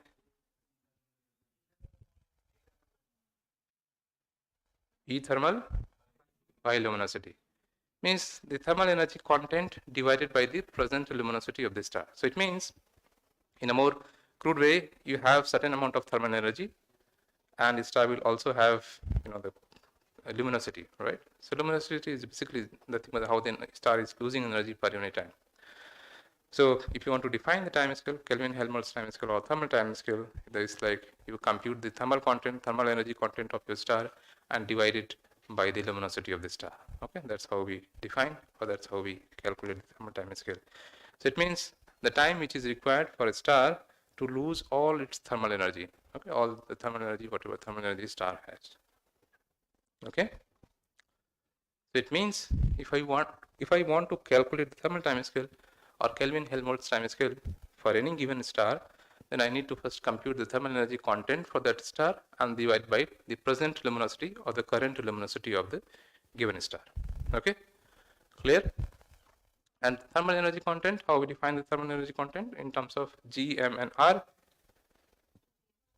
It's already mentioned there, so you can take a look. Okay, so Gm square divided by R. Okay, I should hide it next time. So Gm is square by R, and then you have to also divide the luminosity. Okay, so obviously, what is the unit of this expression? Are we getting the time unit time? Because we are saying that it's time. The dimension of this expression is. So what is the dimension of this quantity? Gm is square by R multiplied by or divided by R, L. Time.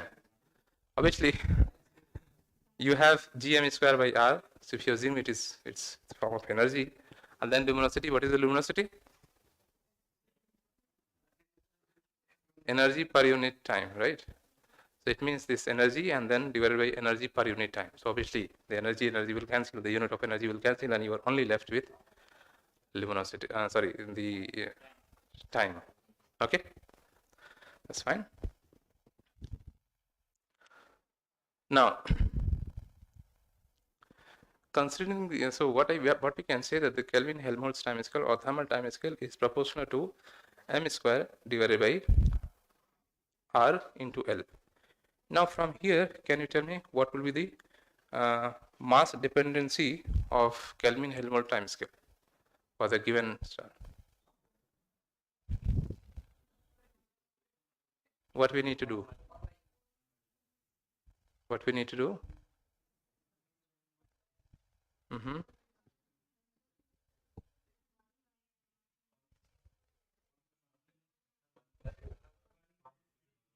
So what we need to do, first of all, what we need to do here?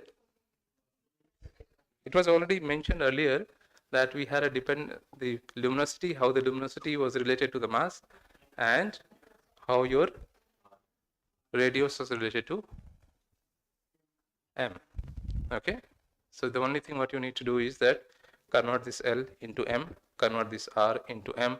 You will immediately know what is the mass dependence of the Kelvin-Helmholtz time scale in this case. What you are getting? What is the value you are getting? Okay, let me see.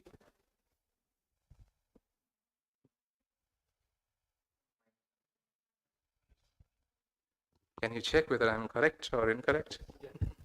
It's fine. Okay, so it means that the Kelvin-Helmholtz time scale dependency is m to the power minus 1.9, close to m to the power minus 2. So if the mass of the star is more, then what will happen to the Kelvin-Helmholtz time scale? So the question, let me rephrase the question. How the Kelvin-Helmholtz time scale is going to vary for different stars in terms of mass? It's fairly simple from this expression. You increase the mass, that the Kelvin-Helmholtz time scale is going to decrease, right? You don't have to even think about it. It's fairly simple. Okay, perfect. So now we know that how the how the Kelvin-Helmholtz time scale basically depends on mass. Okay. So now can we calculate it for the case of Sun? So for the case of Sun, now you know the value of m, you know the value of r, we know the value of L. So if you substitute the value, let's see if I can.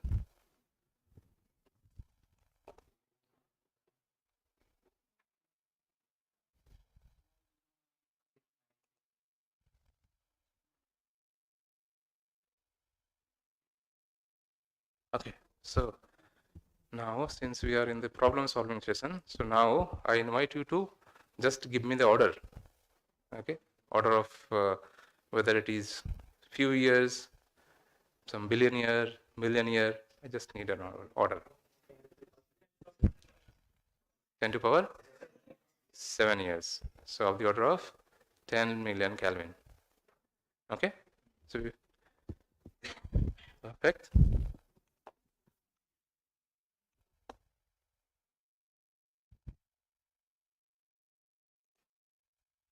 Okay. So yeah, I mean, I'm getting 1.6 close to what you were saying into 10 to power like 10 million years or 16 million years. Now, if you know, for example, let's say we now know the value of Kelvin Helmholtz time scale for the case of Sun. If I'll give you any other star, let's say we have another star, and the mass of this star is 4 times mass of our Sun, then what will be the Kelvin Helmholtz time scale? First of all, it is shorter or longer? Answer is obvious, should be shorter. What will be the order of the time scale?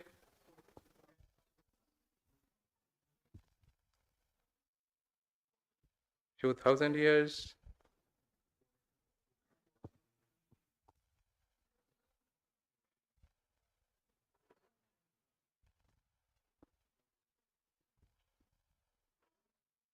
So you already have this for Sun, and you can write for Sun, and then you can write for another star and take the ratio, for example, 1 million year. All of you are getting that time scale?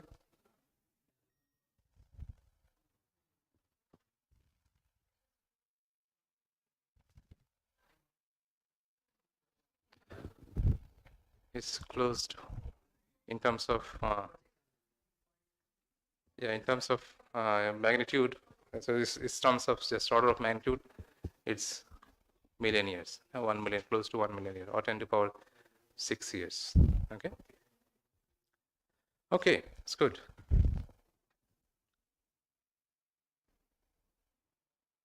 Now you can take another example, argument, and you can verify this argument. The argument is that you have to prove that using the mass-luminosity relation, you have to prove that the massive stars, they evolve faster than the low mass stars. The argument is that massive stars, they evolve faster than the low mass stars. Can we prove that somehow?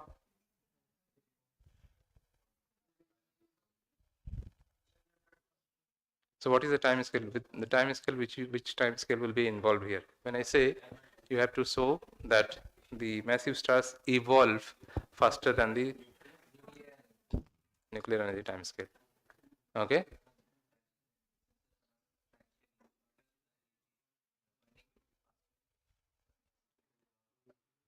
Just by the relation, I mean, the hint is also mentioned, the mass-luminosity relation. Can you show it from the mass-luminosity relation? How the nuclear time scale will depend upon the mass? We just did it actually.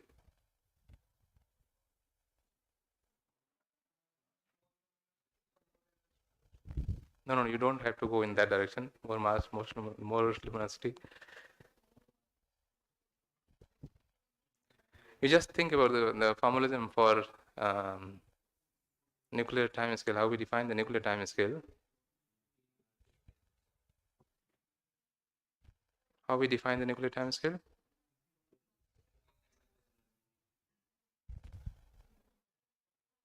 So in terms of some formula, if you remember anything.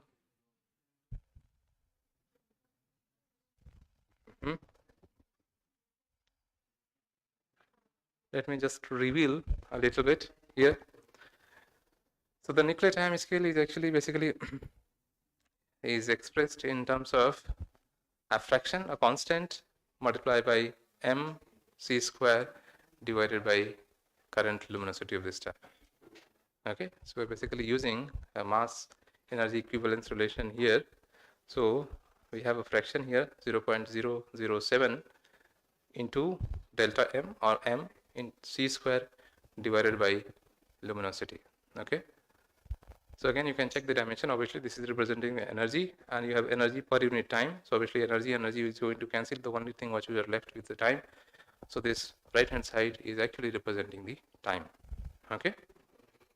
Now, what I'm saying is that you have to prove or you have to show that the massive stars, they evolve faster than the low mass stars. So how we can do that?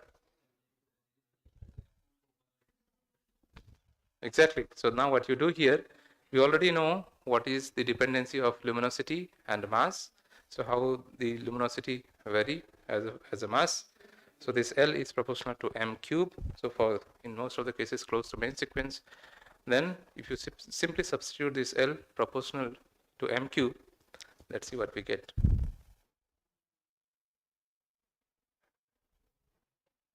Okay, so this is L. I'm just representing this L in case of sun. So in case of sun, let's calculate it.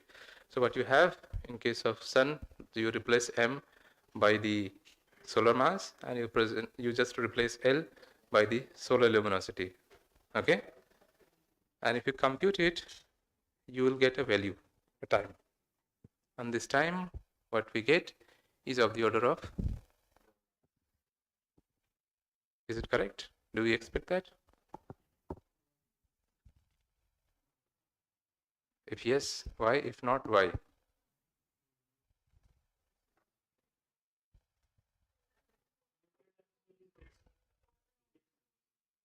So nuclear time scale is greater than the thermal time scale. That makes sense, right? Here it is greater. So that is fine. That it seems in that context, it is fine. But what is wrong in this time scale, on this time scale? 10 to the power 11 years. 10 to the power 11 years. Exactly.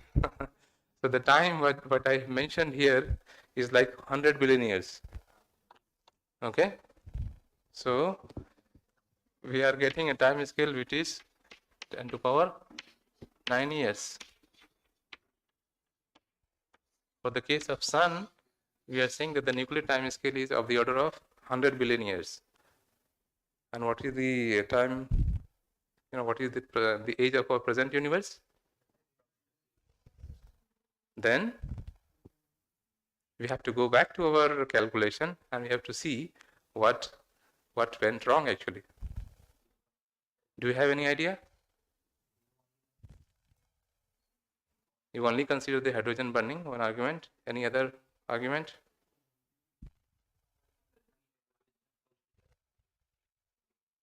We have only considered hydrostatic equilibrium. Any other argument?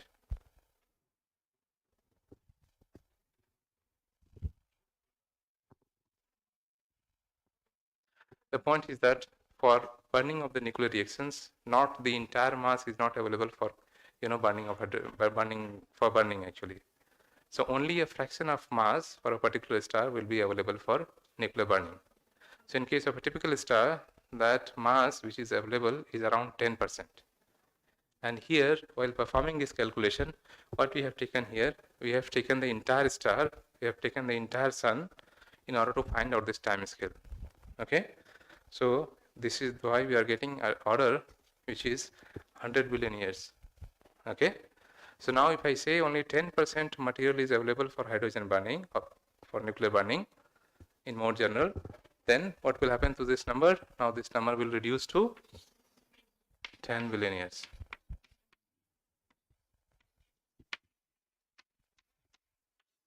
Now it appears it's a reasonable value. Okay. A star like our sun can have a lifetime, or the nuclear time scale, or the evolutionary time scale for a star like our sun will be of the order of few billion years. For example, in this case, we are getting 10 billion years. Okay. The question, why only 10% material will be available for burning, nuclear burning? Any basic argument?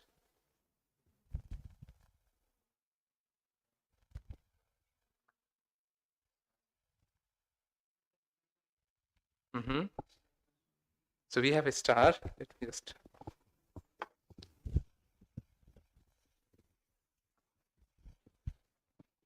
We have a star, right?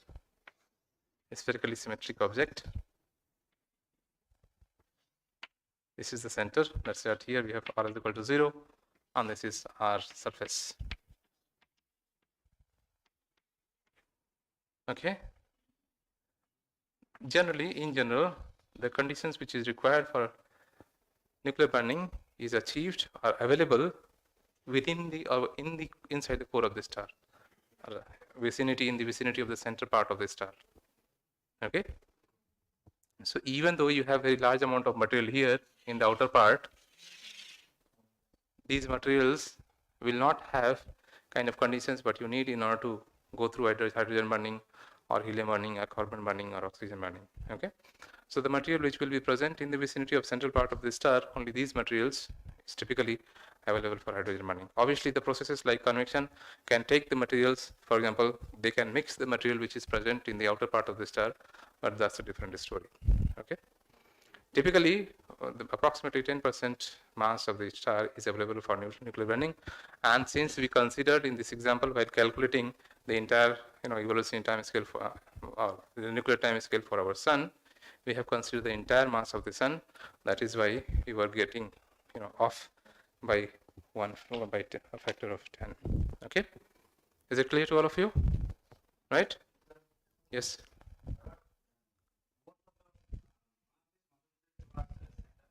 Yes. You see, most of the mass is close to the center, but when you have a star close to the main sequence or in the vicinity of the main sequence, the conditions what you require to burn the hydrogen or to burn the helium or other heavier elements will not be available in the other part of the star. Okay, so even though you will have a large fraction or large amount of material will be concentrated in the center, that does not mean that the entire central region is having sufficient condition for ignition of either hydrogen, helium, or other heavier elements. Okay, clear, right? Okay. Any other question? Okay. Perfect.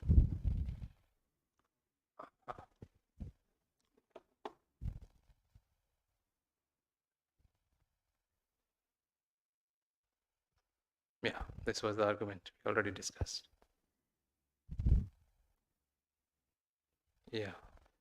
So how you can prove very simple argument how you can prove the fact that the massive stars they evolve faster just by having the knowledge between the having the definition of the nuclear time scale plus relation between mass and luminosity. You don't need anything. It's just very simple argument. Your tau nuclear will basically depends upon the mass divided by L, and L is proportional to m cube. So in this case, your nuclear time scale will be proportional to 1 divided by m square. So it means the more mass it is, the more mass your star will have, the nuclear time scale for that star would be shorter. So it means the more massive your star is, the faster it is going to evolve. Okay, and you know why this is taking place only by knowing the definition of the nuclear time scale and the relation between mass and luminosity. Okay, so that is why we can easily say that the more massive stars they evolve faster than the low mass stars.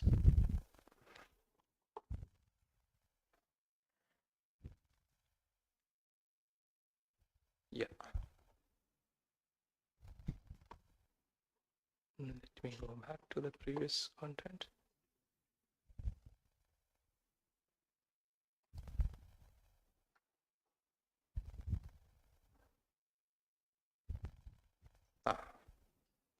So another topic of interest for today is the period density relation. Okay. Now, you see, Professor Glatzel has already pointed out how the period and density is related. So I'm directly taking the relation from there and just mentioning it here. You can also look at the lecture notes which were provided, how this relation is coming to the picture. Very basic argument, you can derive this relation. Okay. Now, if you have this relation where P here is representing the period, okay, P is standing for the period, and under root rho rho bar is basically representing the mean density, and this period is related to the fundamental period.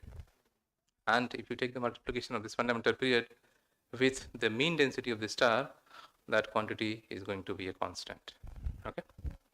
Now, the question here is that if you have two stars, let's say we have star A and star B. Okay, so let's consider that we have two stars, star A and star B. So for star A, the radius is given. Radius of the star A is 12 times the radius of our sun. In stellar physics, many occasions you will find that the mass, radius, luminosity, these quantities are actually expressed or being expressed in terms of solar unit. Okay. So similarly here, the radius of the star A is given in terms of solar radius. So R is equal to 12 times the radius of our sun. Okay. So radius of star A is given. Now the fundamental period for star A has been found, and which is 2 days. So the fundamental period of the star A is also mentioned, is also given, and which is 2 days. Okay. So for star A, we have the radius and the fundamental period. For star B, the lambda max. Lambda max is basically representing that the maximum, the intensity, the wavelength of associated with the maximum intensity. Okay. So just to remind you, stars, we assume them that they are black body. So in this case, if I plot their intensity or brightness or energy density in terms of wavelength, what you will get a profile which will look something like this. Okay.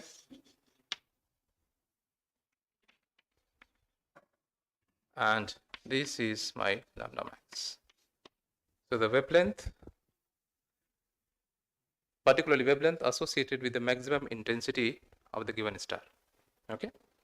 So which the star is emitting the radiation in all wavelength, and at a particular wavelength or in a range of a particular wavelength, it will be emitting the maximum intensity. Okay.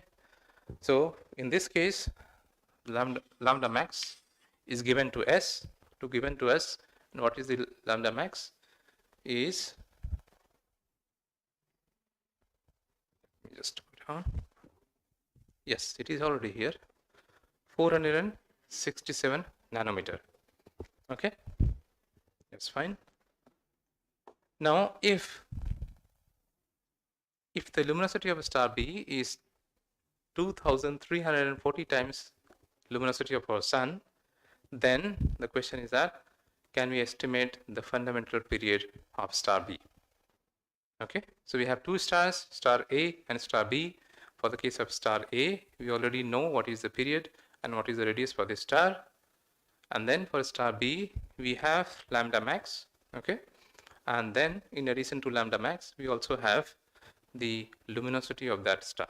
And luminosity of that star is given in terms of solar luminosity, and this is 2340 times the solar luminosity. Okay. Do you have any idea how we can compute the period of another star, means period of star B? The fundamental period associated with star B.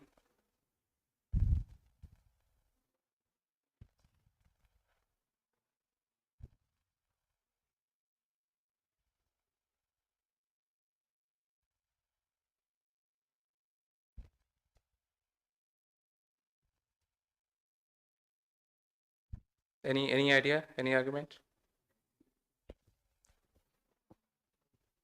Or you need some hint? Some hints required?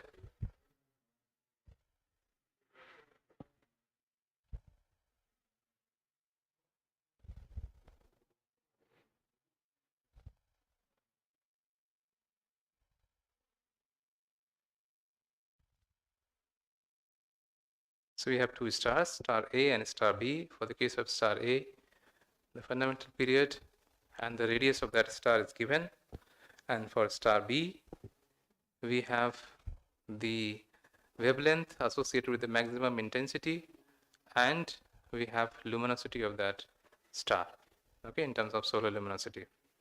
So the question is that can we estimate, or how we can estimate the fundamental period of star B?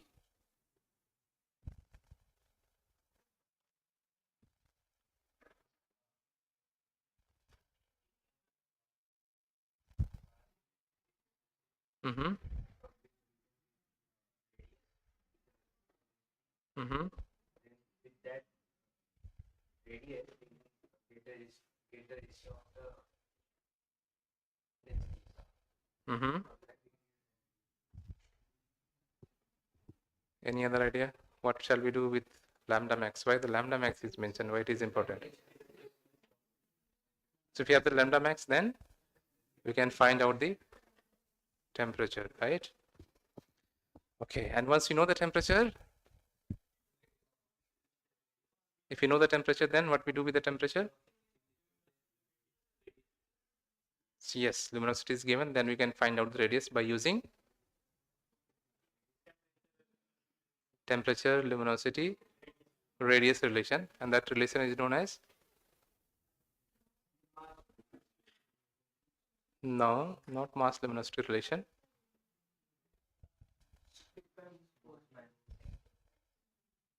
Mm-hmm.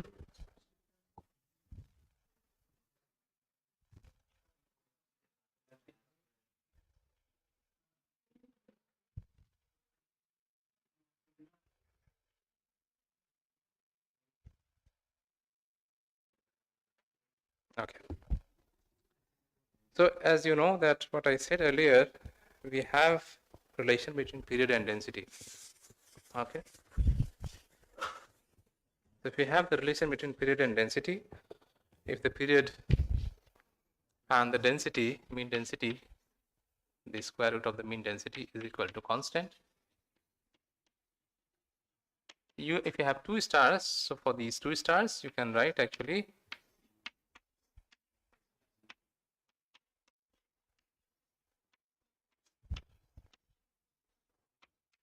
right? Can we write that? And in this case, what we want to figure out what is the value of PB. This is period associated with our star B. Okay, so it means you just simply take that side. So this PB will be simply period associated with star A, and then this rho A divided by rho B. Okay, so the entire thing what you have to do is that if you know somehow relation between rho A and rho B divided by rho B, you will be able to find out what is the period of your star B. Okay. Can we express this relation in terms of radius? Probably it is also already mentioned here. Okay, I don't have to write down here. It's already given. So if you write in terms of radius, so this will become the radius of star B cube divided by radius of star A cube. You can convince yourself by converting density into mass and radius. Remember that for this given example, we have considered the same mass for these two stars, star A and star B. Okay, both of the stars, star A and star B, they have the same mass, and by knowing that they have the same mass, if you know somehow what is RB and what is RA, immediately you will be knowing what is period of star B. So for the case of star A, we already directly know what is the radius of star A, but our entire task is now to find out what will be the radius of star B. And we already know, you already told me that this is how we find out. So the Wien's displacement law, by applying the Wien's displacement law, you have to first figure out what is the temperature, surface temperature of the star. And once you know the surface temperature of the star, then you use the relation which is known as Stefan-Boltzmann relation between luminosity, radius, temperature to figure out what is the radius. If I write down this relation here,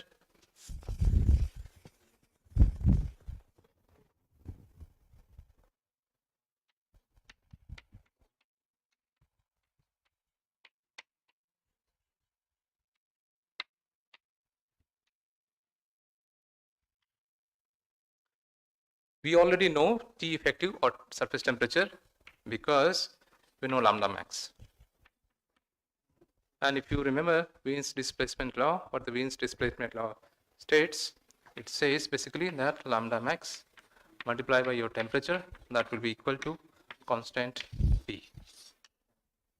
Okay, so it means from here you can easily find out what is the surface temperature, and you know the surface temperature and the luminosity. From this relation you can find out what is the radius of star B, and the moment you know the radius of star B, then you know the pulsation period of star B. Okay, the period what we are talking about is a fundamental period. Okay.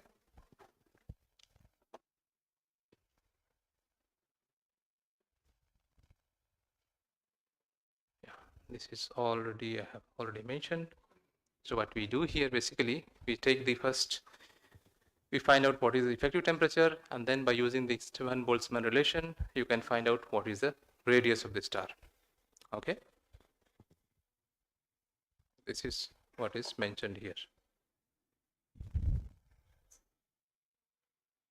So anybody, did you find what is the temperature of the star is?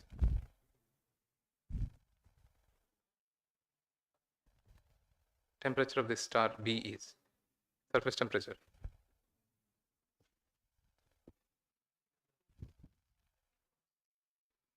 The value of B is already mentioned here. B is equal to 2.9 into 10 to the power minus 3 meter Kelvin. You only have to just multiply two numbers actually.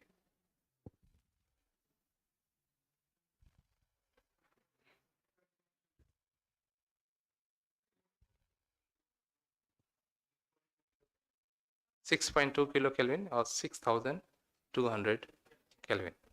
Okay. Okay. This is the value what I'm also getting. T is equal to 6,200 Kelvin. Okay. So now, if you substitute the value here, obviously you will get the period associated with star B. Okay. Star B is equal to, I mean, the period of star B is given in terms of period of star A, and then the ratio of radius of star B and the radius of star A, the cube is also taken into account. Clear? So it is your task to find out what is the period of star, and you tell me later on what would be the period of star is. Any doubt, anything on this question? It's very fairly straightforward questions. Okay, perfect. Now, the next content is a very interesting theorem, and we will be using, Professor Glatzel will be telling us the use of the virial theorem and the wide application of virial theorem in stellar astrophysics. Here we will try to see how we can prove the virial theorem actually. Okay, and there are different ways we can prove it, obviously, and this is one of the ways what we are going to do it here. I suggest you to also try the other ways by which we can prove the virial theorem. Okay, so we'll come back to the statement of the theorem, but we'll try to consider first in our context how we can show the equations or the relation between certain quantities, and we try to state back what is the virial theorem. So if you consider a star, and the star is a kind of bound spherical gas system with a particular mass m, and it is in hydrostatic equilibrium. So in this case, the mass conservation can be written in this equation: dm by dr is equal to 4 pi r square rho. Okay. So what we are doing basically, we are considering a bound spherical gas system which is in the hydrostatic equilibrium. Now you can write this dr is, then if you want to write, sometimes this relation can also be used to convert dm to dr or dr to dm. So if you want to convert dr sometimes, then dr would be equal to 1 divided by 4 pi r square rho. So dr and dm, they are basically connected by a factor 1 divided by 4 pi r square rho. Now, as I stated, since we are talking about the hydrostatic equilibrium configuration, so in this case the pressure gradient will be balanced by minus gm rho divided by r square, the hydrostatic equilibrium, the standard hydrostatic equilibrium, which is written here, take considering r as an independent variable. You can also use, this is known as the Eulerian form, and you can also write taking m as an independent coordinate, or we can write it in the Lagrangian form. Okay. Now, if you want to write in the Lagrangian form, so then what you need to do is, for example, you have to convert, or you have to express it in terms of dm. So this dr, you can write dr in terms of dm, then the factor 1 divided by 4 pi r square rho will come into the picture. So dp would be dp divided by 1 divided by 4 pi r square rho, dm will come into the picture. This will be equal to the right hand side, which I have mentioned here. Okay.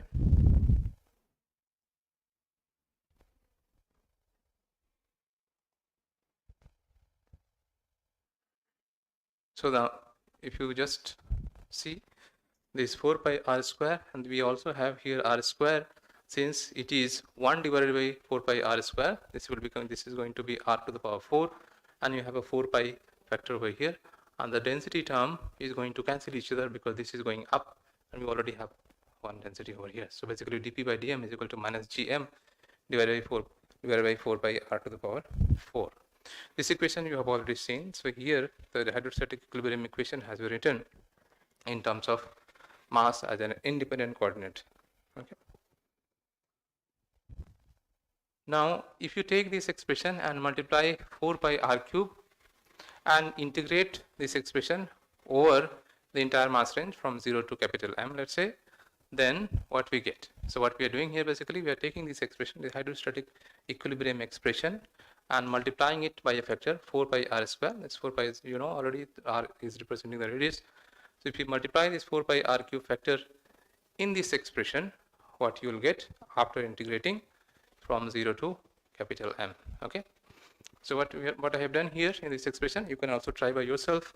You multiply 4 pi r square here and integrate the entire expression from 0 to capital M. So dp by dm, and this multiplication factor 4 pi r cube dm is equal to minus integrating it from center up to the surface of the star having mass capital M, gm divided by 4 pi r to the power 4 multiplied by 4 pi r cube dm. Okay. Obviously this capital M and this M is little bit different. So yeah, just trying to make sure that this we are integrating from 0 to this capital M, this one. Okay, which is representing the mass of the entire considered star. Now, if you simplify here, for example, if you look at the left hand side, you take out the constants. So in this case, we have 4 pi. You take out 4 pi outside, and then you write just r cube in front of the in front, and then dp by dm the other side. So what you will be left with, what you will have basically 4 pi, and then integration from 0 to capital M, r cube dp by dm, and then dm. That will be equal to, you see here what is going to happen, 4 pi, they are going to cancel each other, r cube, r to the power 4, you are only left with 1 r. Okay. Let's park this equation here, and we give a name to this tensor, this name to this equation, star equation. Okay, we used later on.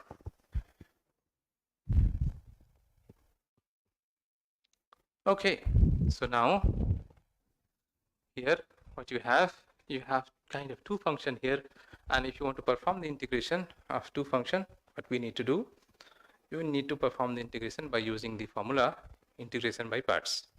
Okay, and since this dp by dm is a kind of, you know, derivative of p with respect to m, so the integration of parts formula in the cases where you have two functions u and then u dash is representing basically derivative of the function u. In these cases, the integration of by parts would be is given by u multiplied by v minus, and then integration u dash is representing the differentiation of u with respect to the considered variable multiplied by v, and then you have dx. Okay, so what we need to do, we need to just take the same the integration by parts formula and apply on the left hand side of this expression, left hand side of our equation star. Okay, if you do that, okay, so I'm just writing here left hand side. So basically what you have it here.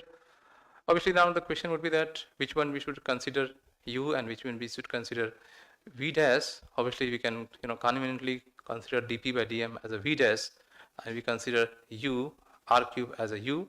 So considering u as r cube and v as p, what you will end up getting is the first expression here would be just u into v, and v would be p, right? V would be p, and then obviously you have to also take the limit from 0 to capital M. So this is 4 pi, and inside the bracket but you have r cube, this is our u, and you have p, which is actually v. Okay, so this quantity what you will get at the end here. And here what you have, you had actually r cube, and if you differentiate it with respect to m, so r cube, if you differentiate it, what you will get? You will get actually 3r square and then dr by dm. Okay, then obviously the other quantity is p here and p and dm. Now let's focus on this expression here. What will be the value of this expression? It will have some value or it will vanish? If it will vanish, what is the argument why it will vanish? It will vanish for obvious reason. At the center where your mass is equal to 0, which quantity will be 0?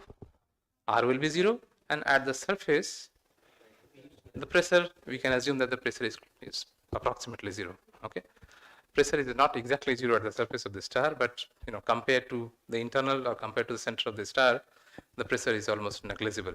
Okay, so in this case, when you are considering the limit 0, so it means at the center radius will be 0 and at the surface pressure will be 0.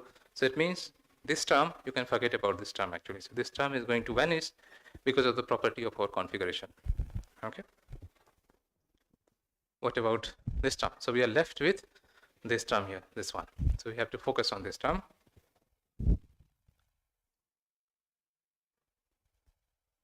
Yes, this is what it is mentioned here. This is 0, and now we have minus 4 pi and the integration. This is the integration. Okay,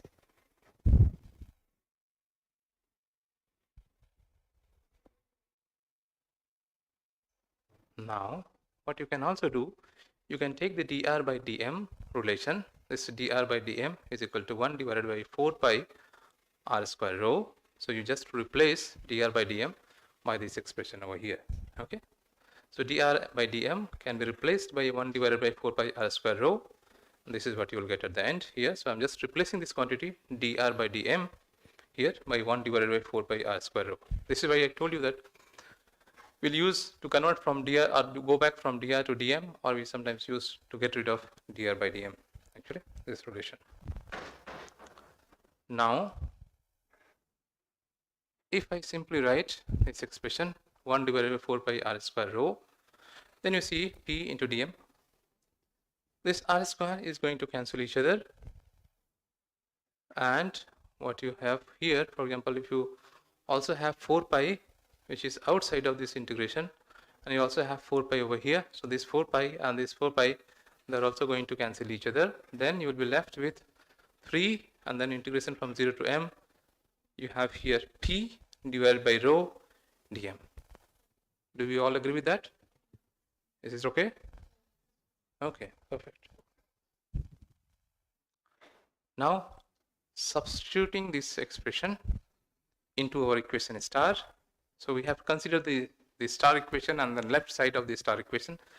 So the left side of the star equation is this quantity actually. So we will put this value in the left hand side of our star equation, and this is what you will get actually. Okay, minus 3, and you have integration from 0 to capital M, p divided by rho dm is equal to minus integration from 0 to capital M Gm by R Dm. Okay, let's call it double star equation. Okay. Now, if you look at the left hand side and right hand side, can you assume or can you guess what kind of quantities we are dealing with at the moment?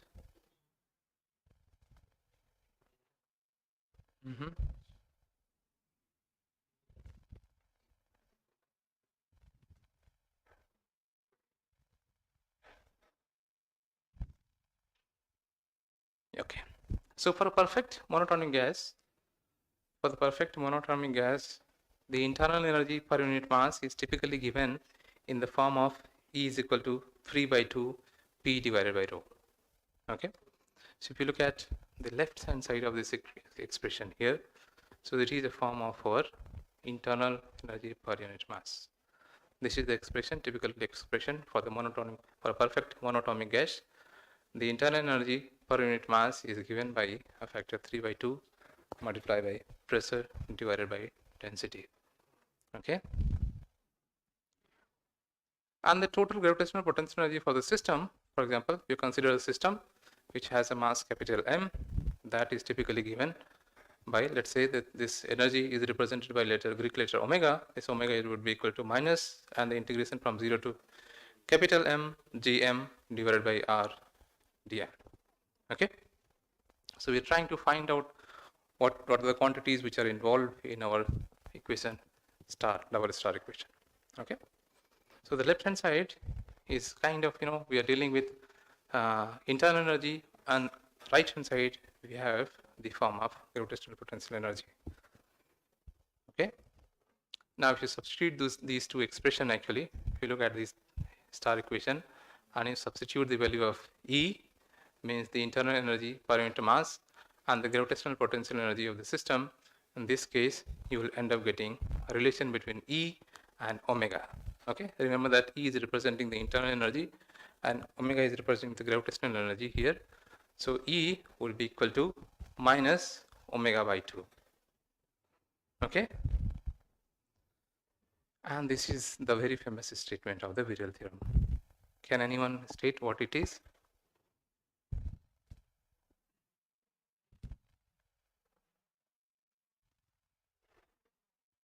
I mean, the internal energy, how the internal energy in a gaseous object which is in hydrostatic equilibrium is connected. So the internal energy and the gravitational potential energy, they are connected. E is equal to minus omega divided by 2. Okay, let's take this relation. Obviously, when we talk about the total energy of the system, in this case, the total energy would be the summation of your E and your omega. If you add them together, you will get the total energy of the system.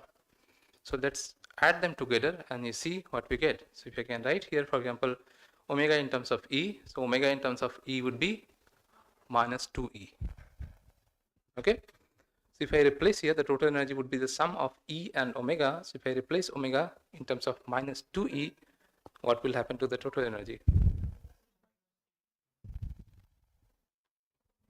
Total energy of our system, in this case we are considering a star, total energy would be equal to minus E, or total energy is equal to minus omega by 2. Plus omega by 2 or omega by 2. Okay. So the total energy of the system is negative. What does that mean? System is bound. Okay. So whenever we have the total energy, which total energy is negative, we say that the system is actually bound. So for bound system, what is the characteristic of bound system? If you think in terms of internal energy and the potential energy, typically the content is basically the potential energy is much higher in terms of magnitude compared to the internal energy of the system. Okay, that's why it will at the end, if you try to add them together, the content is so high that the total energy will be negative. Okay, do you know what is the sufficient, not sufficient, maybe necessary condition for an object to be bound? Any idea? Master students particularly. What is a necessary condition for a system to be bound? What should be the nature of the forces which is holding the particle? the overall forces which is holding the material, that should be attractive in nature. Okay, so this is a kind of necessary condition to have the system bound. Otherwise, if there are repulsive forces, obviously, you know, you will not get the bound system. Okay, so we end up having a expression for the total energy, and the total energy is basically a negative, and this total negative energy indicating that we are dealing with a bound system. Okay, that's fine. Now the luminosity can be written. How we can write the luminosity? If you have the total energy, what we said, remember that? What is the definition of the luminosity?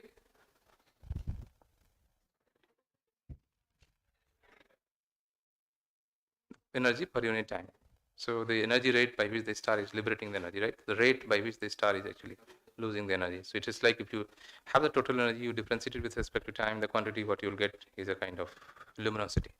Okay, so if you have E total, and if I simply take the time derivative of E total, that is going to give me the luminosity. Or luminosity would be how your total energy is changing with respect to time actually, or per unit time. So L would be equal, so if I would like to write the luminosity in terms of E total, in terms of total energy, so luminosity would be equal to minus of the E total divided by dt. Okay, so our differentiation of E total with respect to time t. Now you can write from here this E total, since E total is equal to E total is equal to omega divided by 2. So in this case, luminosity L would be equal to minus 1/2 of d omega by dt. So that's how we can write the luminosity. Okay. Now, can we have negative luminosity? So right hand side is negative.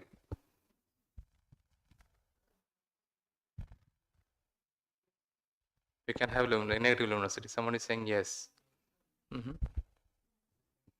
So if I want to get a positive luminosity, what should happen to here, to this expression? Anyway, probably the argument is already mentioned here. Okay. So I have already revealed the argument, but the point is that omega has to decrease in order to produce the positive luminosity. You see the expression here. Okay. So in order to have the positive luminosity, the omega has to decrease. And what does that mean? The star has to contract in that situation if you would like to have this positive luminosity. Okay, you can state in that way as well. So yeah, I mean, at the same time, if you look at the internal energy, so internal energy will increase by an amount which will be, let's say, delta E. Delta E would be equal to minus delta of E total, and this will be nothing but minus of delta omega divided by 2. Okay. So what will happen? The star will heat up when the energy is lost from the surface. Now, I don't know whether you have heard about the idea of negative heat capacity. Okay, if you have a cup of tea, for example, I place it here. What will happen to the cup of tea? The energy content, if it is releasing certain amount of energy, what will happen to the temperature of the cup of tea? The temperature will decrease eventually, right? And the cup of tea will attain a temperature which is equivalent to the room temperature. Let's say if the room temperature is 27 degrees Celsius, so obviously in this case your cup of tea at the end will also have the same temperature. Is it possible that the cup of tea is actually losing the energy, at the same time it is also increasing the temperature?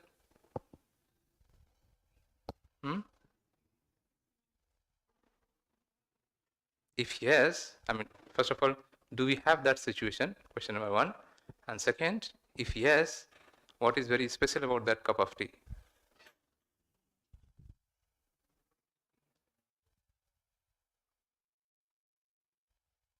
Think about it.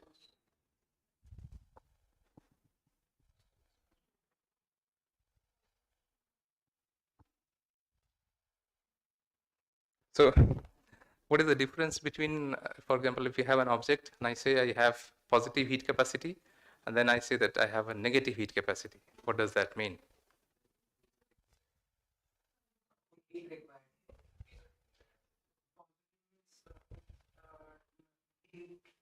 It gains energy, then the temperature increases, but negative heat capacity means if it gains energy, then there must be decrease in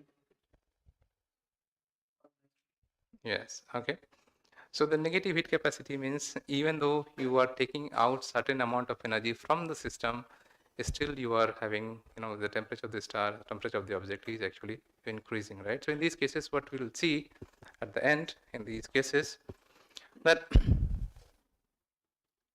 the star will heats up. So for example, this delta V, delta E eventually is equal to minus delta omega divided by 2, and if this is negative, so eventually what you will have a positive value here. So in this case, delta E will also have certain positive value. So it means the energy content or the internal energy is also increasing actually. So in these cases, what will happen? You have a luminosity of the star. At the same time, your internal energy of the star is also increasing. That is why it is said that the star has a negative heat capacity. Okay, because it is losing the energy. At the same time, the internal temperature of the star is, or the internal energy of the star is increasing actually. Okay, so it is losing the energy. At the same time, the internal temperature of the star is also increasing. Okay. So generally, what happens, or the very famous way of arguing, or one of the way is saying that whenever actually when you look at many standard textbook or when we study in the school levels, most of the time it is taught that the main source or the primary source or the only source of energy in the star is the nuclear energy, right? So if it means that if the star is not having nuclear reactions, probably you will not have the luminosity. Okay. So maybe I'm not going too much into that direction because Professor Glatzel, he will be also talking about that aspect to answer your previous question, answer the previous pointed question that how the how the stars shine. Okay, but the point here is that from the contraction point of view, when the star will contract, it will use the gained gravitational potential energy to maintain its luminosity and to heat itself. Okay, so half of the gravitational potential energy will go into maintaining the luminosity of the star, and the remaining half basically will be increasing the temperature of the star, or basically it will be kind of contributing more into the internal energy of the star. So half of the energy will be radiated away, and remaining half of the energy will increase the internal temperature, or you can say the internal energy of the star. Okay, that is why it is said that the star has negative heat capacity. Okay, now where or in what evolutionary phases the star actually contracts, the stars they contract and they use the gravitational potential energy or the form of the gravitational potential energy to maintain the luminosity and increase the temperature. So this is the HR diagram. I'm just plotting here in a conventional way. On the x-axis you have the surface temperature of the star, and on the y-axis you have the luminosity of the star. So surface temperature by convention is increasing in the negative x direction or increasing in this direction. So whenever you see the HR diagram, the surface temperature of the star is actually increasing on it. Surface temperature is being represented in this diagram on the x-axis and is increasing in that direction. Okay. Now the luminosity is increasing in the positive y direction, that is fine. And generally you see the luminosity is given in terms of logarithmic of L divided by L naught. What is L naught? Solar luminosity. So you take the luminosity of the star divided by the solar luminosity and take the logarithmic value of this one. Okay. So in this case, what will be this value for sun?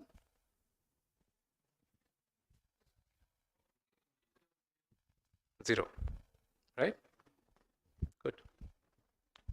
So now you see here what I am representing here in the HR diagram, the Hasbro-Russell diagram. We are representing a location of so-called main sequence. What is the main sequence? Professor Glatzel has already today given you a brief overview about the stellar evolution, how stars evolve. So when they start burning, when they have sufficient condition after the formation, when they have the sufficient condition, they basically start burning hydrogen at the center. And when they start burn, when they generally start burning hydrogen at the center, the location in the HR diagram is, if you plot or if you try to put many stars in this diagram, for example, you have, let's say, several thousands of stars, you will find that in a particular group of stars, for example, in star clusters, most of the stars, they will lie in a sequence or in a particular region of the HR diagram. We call this region as a main sequence. And what is the condition for a star to be main sequence? The criteria of the star to be on the main sequence is that the star is burning hydrogen inside. So the main nuclear reaction is basically the hydrogen burning. Okay.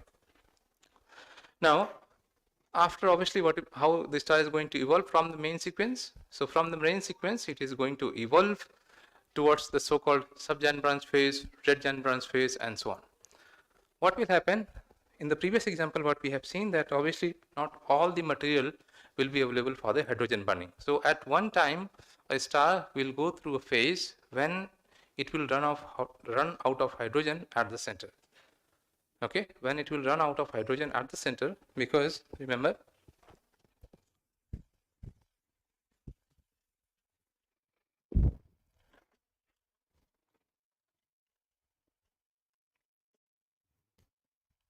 we have this spherical symmetric gaseous object.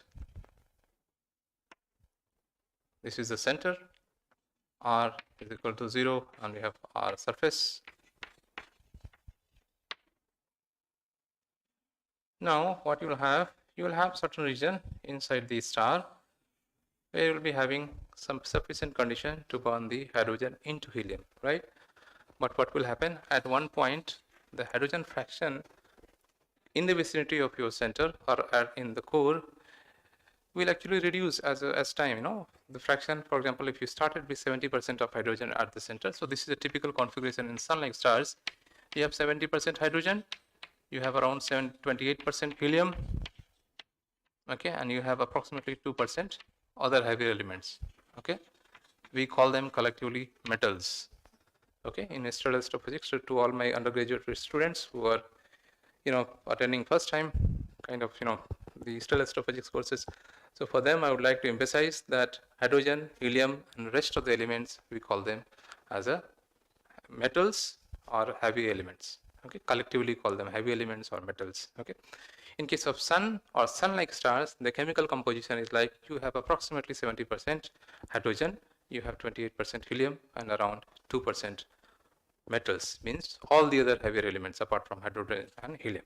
Okay, so obviously when you start at the main sequence, or when this star is going to start the hydrogen burning at the center, you start with a chemically homogeneous system, right? And as the time will pass, what will happen at the center or here, the hydrogen will be converted into helium.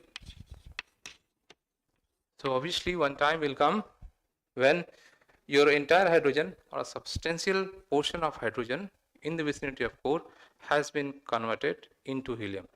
Okay, so obviously what will happen, you do not have more hydrogen for burning actually. And if the condition is not satisfied for helium burning, because you need more extreme condition for helium burning, in these cases what is going to happen, your star will try to somehow maintain the luminosity and try to heat it itself. And how it can do that? By contracting. Okay, now in the HR diagram, this is the location of main sequence. At this point, a star has started burning hydrogen. Now as it is moving towards this, from this location, obviously sometimes this entire region we call it as a main sequence until the point where you have hydrogen burning here, and this is maybe considered as the zero age main sequence, location of the point in the main sequence where the star has just started the nuclear burning. Okay, so at this point, if you call it as a zero age main sequence, obviously at one point when the star is evolving, at one point what you will have, you will run out of hydrogen in the center. Okay, most of the hydrogen is being converted into helium, and now the condition, means temperature, density, what is required for helium burning is not sufficient enough to ignite the helium. Then what the star is going to do is going to shrink slightly. When it is going to shrink, what is going to happen? It's going to heat itself and maintain its luminosity by using the idea of virial theorem. Okay, so this is the point A. It will reaches point A. It will go into the phase, so-called overall contraction phase. The star will slightly contract itself. Okay, it will reach to the point B, and at this point B, it will have sufficient temperature to burn or ignite burning in the shell around the nucleus. Okay, so from here onwards, it will start proceeding towards the red giant burns phase. Okay, so the point is that in the overall contraction phase, the star has, or what it does is basically contracts, and with this contraction, what you can have the, you can gain the gravitational potential energy, and half of this gravitational potential energy can be utilized to maintain the luminosity of the star, and the remaining half can be used to heat itself. Okay.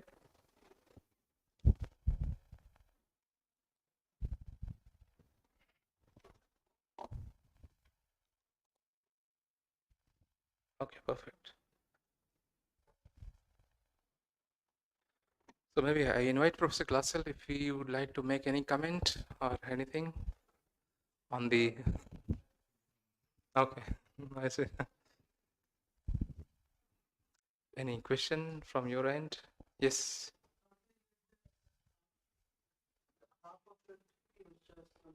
Yeah, so you can see this relation actually. So you can also just look at this. I mean, for example, what we were trying to say here is the relation between E and omega. Okay, so E total is 1/2, or this is how this is related. E, the relation between E and omega is related by a factor 1/2 actually. Okay, so that is the argument why we are saying it. Yes, why? So this is very interesting actually, and whenever if it is said that the star is only, or a star can only get the source only from the nuclear reactions, probably you should immediately object, and you should also say that there are other possibilities. Star can also maintain its luminosity, or it can also heat itself by using some other source of energy.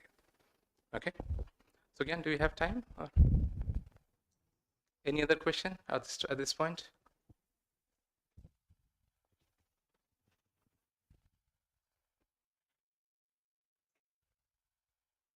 The another topic which I would like to briefly mention here is the role of pulsating stars in distance determination.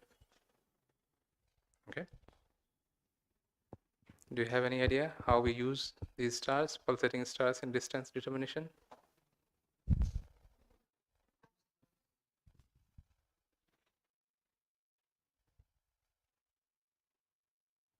You thought about it, or any idea? The title of our GIAN course is stellar pulsation, right? And the application of stellar pulsation. We ask ourselves why we should study the pulsation of star, the very fundamental question, right? And if you are convinced that why we should study the pulsation of stars, you feel a bit more motivated to study the pulsation of stars. One of the very fundamental application of pulsating star is distance determination, or probing the distances. Why it is important for us to know the distances? If there is a star very far from us, so why it is important to know the distance, how far it is? What is the argument? Why we should know? Expansion rate of the universe. Any other argument why we should know the distance from from here to star? To find out the luminosity, to find out the intrinsic brightness of the star. Okay, if you don't know what is the distance, you only measure the flux, right? And if you only have the information about the flux, it will be really difficult to know what is the intrinsic brightness, or you say the luminosity. Okay, luminosity of the star. So obviously one of the very wide application of distance determination is that once you know the distances, you can figure out the luminosity of the star. What is the intrinsic luminosity of this? What is the luminosity of the star? Not intrinsic brightness of the star is actually. And if you see the HR diagram, we are very much interested into the surface temperature, into the luminosity of the star, And in most of the cases, when we study the theoretical aspect of stellar physics, we generally deal with the luminosity of the star, because luminosity is something which is intrinsically related to your object. It has nothing to do with the distance actually. So we eliminate any distance, because as an astronomer you measure the flux and then you try to figure out what is the luminosity, and once you have the luminosity, we know this is the intrinsic brightness or this is the intrinsic property of the star, and then you can study the stars by knowing the intrinsic property like luminosity of the star. Okay, so now I invite you to tell me your thought, how we can your ideas, how we can use the pulsation to find out the distances, particularly master students, how we use Cepheid variables.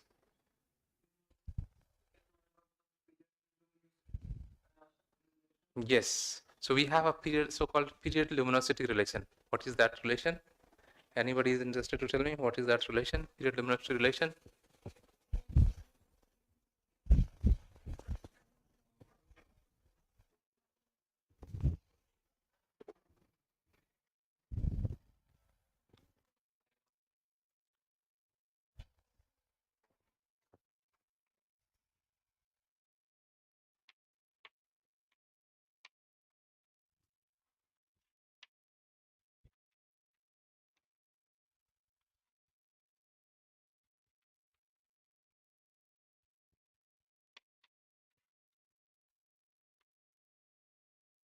How it should be connected, how the period and luminosity should be connected to each other. I'm not going to the details, I'm just saying what is the argument, how we can use any star, for example, Cepheid variables for distance determination. The basic idea is that these Cepheid variables, they are very special class of variable stars, and they have a very tight correlation between their period and their luminosity. Okay, and they have a very, it means that, for example, typical relation, I'm just in a crude way, I'm just telling you how it is used actually. So the higher is the period, the more luminous your star is. That's the relation, kind of period luminosity relation between the classical Cepheids or typical Cepheid variables. Okay, so what does that mean? It means if I can measure the period of a star, and I already know empirically or from observation, I already know the relation between period and luminosity. I'll be knowing what is the luminosity of the star is. What does that mean?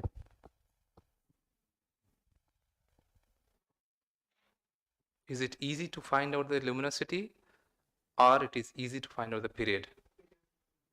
Period. Why is it easy to find out the period? Because yeah, because it is very easy. When you have an object which is very far, and you're only bothered about the fact that how the luminosity, how the brightness of the star is changing with respect to time. Okay, it does not matter how far it is, how close it is. If you are able to measure certain number of photons on your detector, you can see that this is the changes. These are the changes what you see. So you can find out the period of that star. Okay. So in case of very special class of variable stars, not in all, in very special class of variable stars, the period and luminosity is tightly correlated. It means we have a empirical relation between period and luminosity of the star. So if you tell me this is the period what I have observed, I can tell you what should be the luminosity of the star is. And once I tell you what is the luminosity of the star is, then can you find out the distance? Yes, so you know the flux, you know the luminosity, and if you know the flux and luminosity, you can easily find out what should be the distance, right? So all those special class of variable stars where we have a very tight correlation between period and the luminosity, particularly for Cepheid variables, by knowing the pulsation period, by knowing their period, we can find out what will be their luminosity. And for example, I tell you the luminosity here, for example, let's say I'm just taking a random value, probably it is not related to any star, just taking a random value. Let's say I have a star and I already know that this is the relation which is valid for my Cepheid class of Cepheid variable stars. So if that relation is valid for Cepheids, and you tell me that I have a Cepheid which is having a period of maybe, for example, let's say maybe 12 days. Okay. So this 12 days will correspond to certain luminosity, and I know the value of my luminosity. Okay. If I know the luminosity of, if I know the intrinsic brightness or luminosity of the star is, by knowing the flux we can measure from the telescope, from from the detectors. So if you know the luminosity and if you know the flux, you know the luminosity, you know the flux, you can find out what is the D or what is R. Okay, so that is the very, what I would say, kind of one of the very useful application of pulsation of stars, but it has certain limitations. Remember that, first of all, your variable star means your pulsating star must have this tight correlation between luminosity and the period, which is well established. Okay, if you have certain uncertainty in that aspect, then obviously if you tell me that period, it will be very difficult to find out the luminosity, because if there is any kind of uncertainty. But we have certain Cepheid variables, a certain class of variable stars, where we have this tight correlation, and this tight correlation are basically very useful to find out the distances. Okay, and once you know the distances, obviously then you can also you can also find out many other quantities, such as, for example, in many cases, if you are interested to find out what will be the flux if you're designing a detector or designing a telescope, you can also think about that. Okay. Okay. Yes. Any question at this point?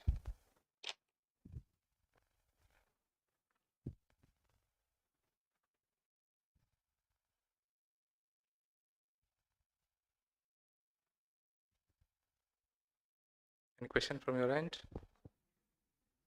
I encourage first year students, if you have any question, or students who are having some interesting question. I mean, you do not have the astronomy background, and some of the content what we are presenting here is difficult to digest, you can contact us, and or you can ask the questions. Anyway, Professor Glatzel is encouraging all of you to ask many questions. Okay. Yes.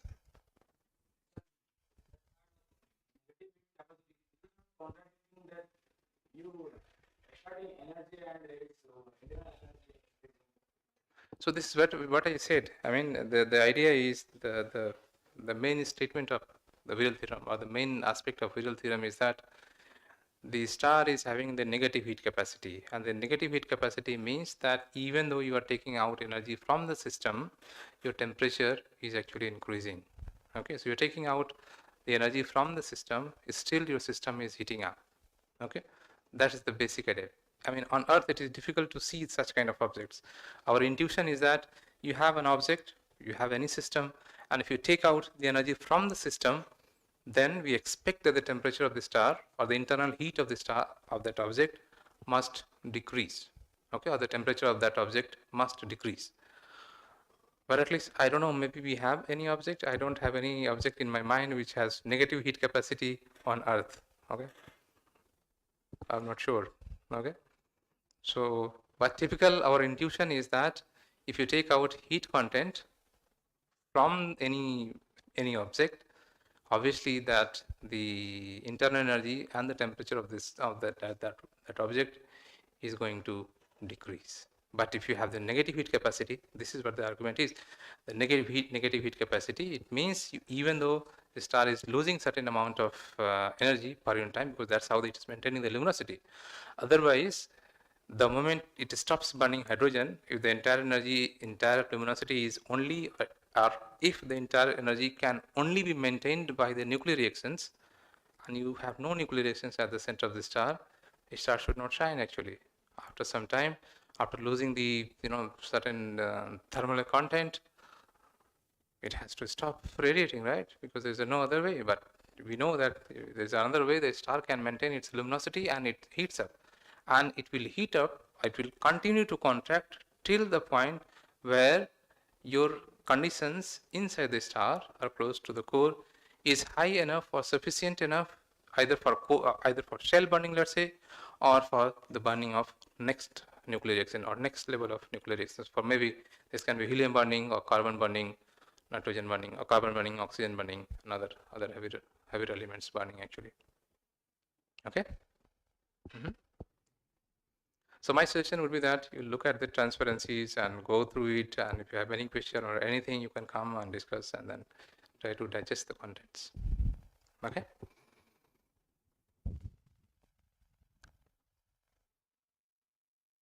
We have some understanding about the application aspect as well. So maybe in the next tutorial session, we'll also have more problems which will be related to the content which will be covered. Okay. And I encourage all the first year students. I mean, if you have any issue or any content which, for example, if you are unable to follow, you just let us know, so that we can repeat or we can, organize one interaction session so that you know what we are talking about. Okay. Okay, perfect. Professor Glatzel, I invite you to comment on content, or if you would like to add something. Okay.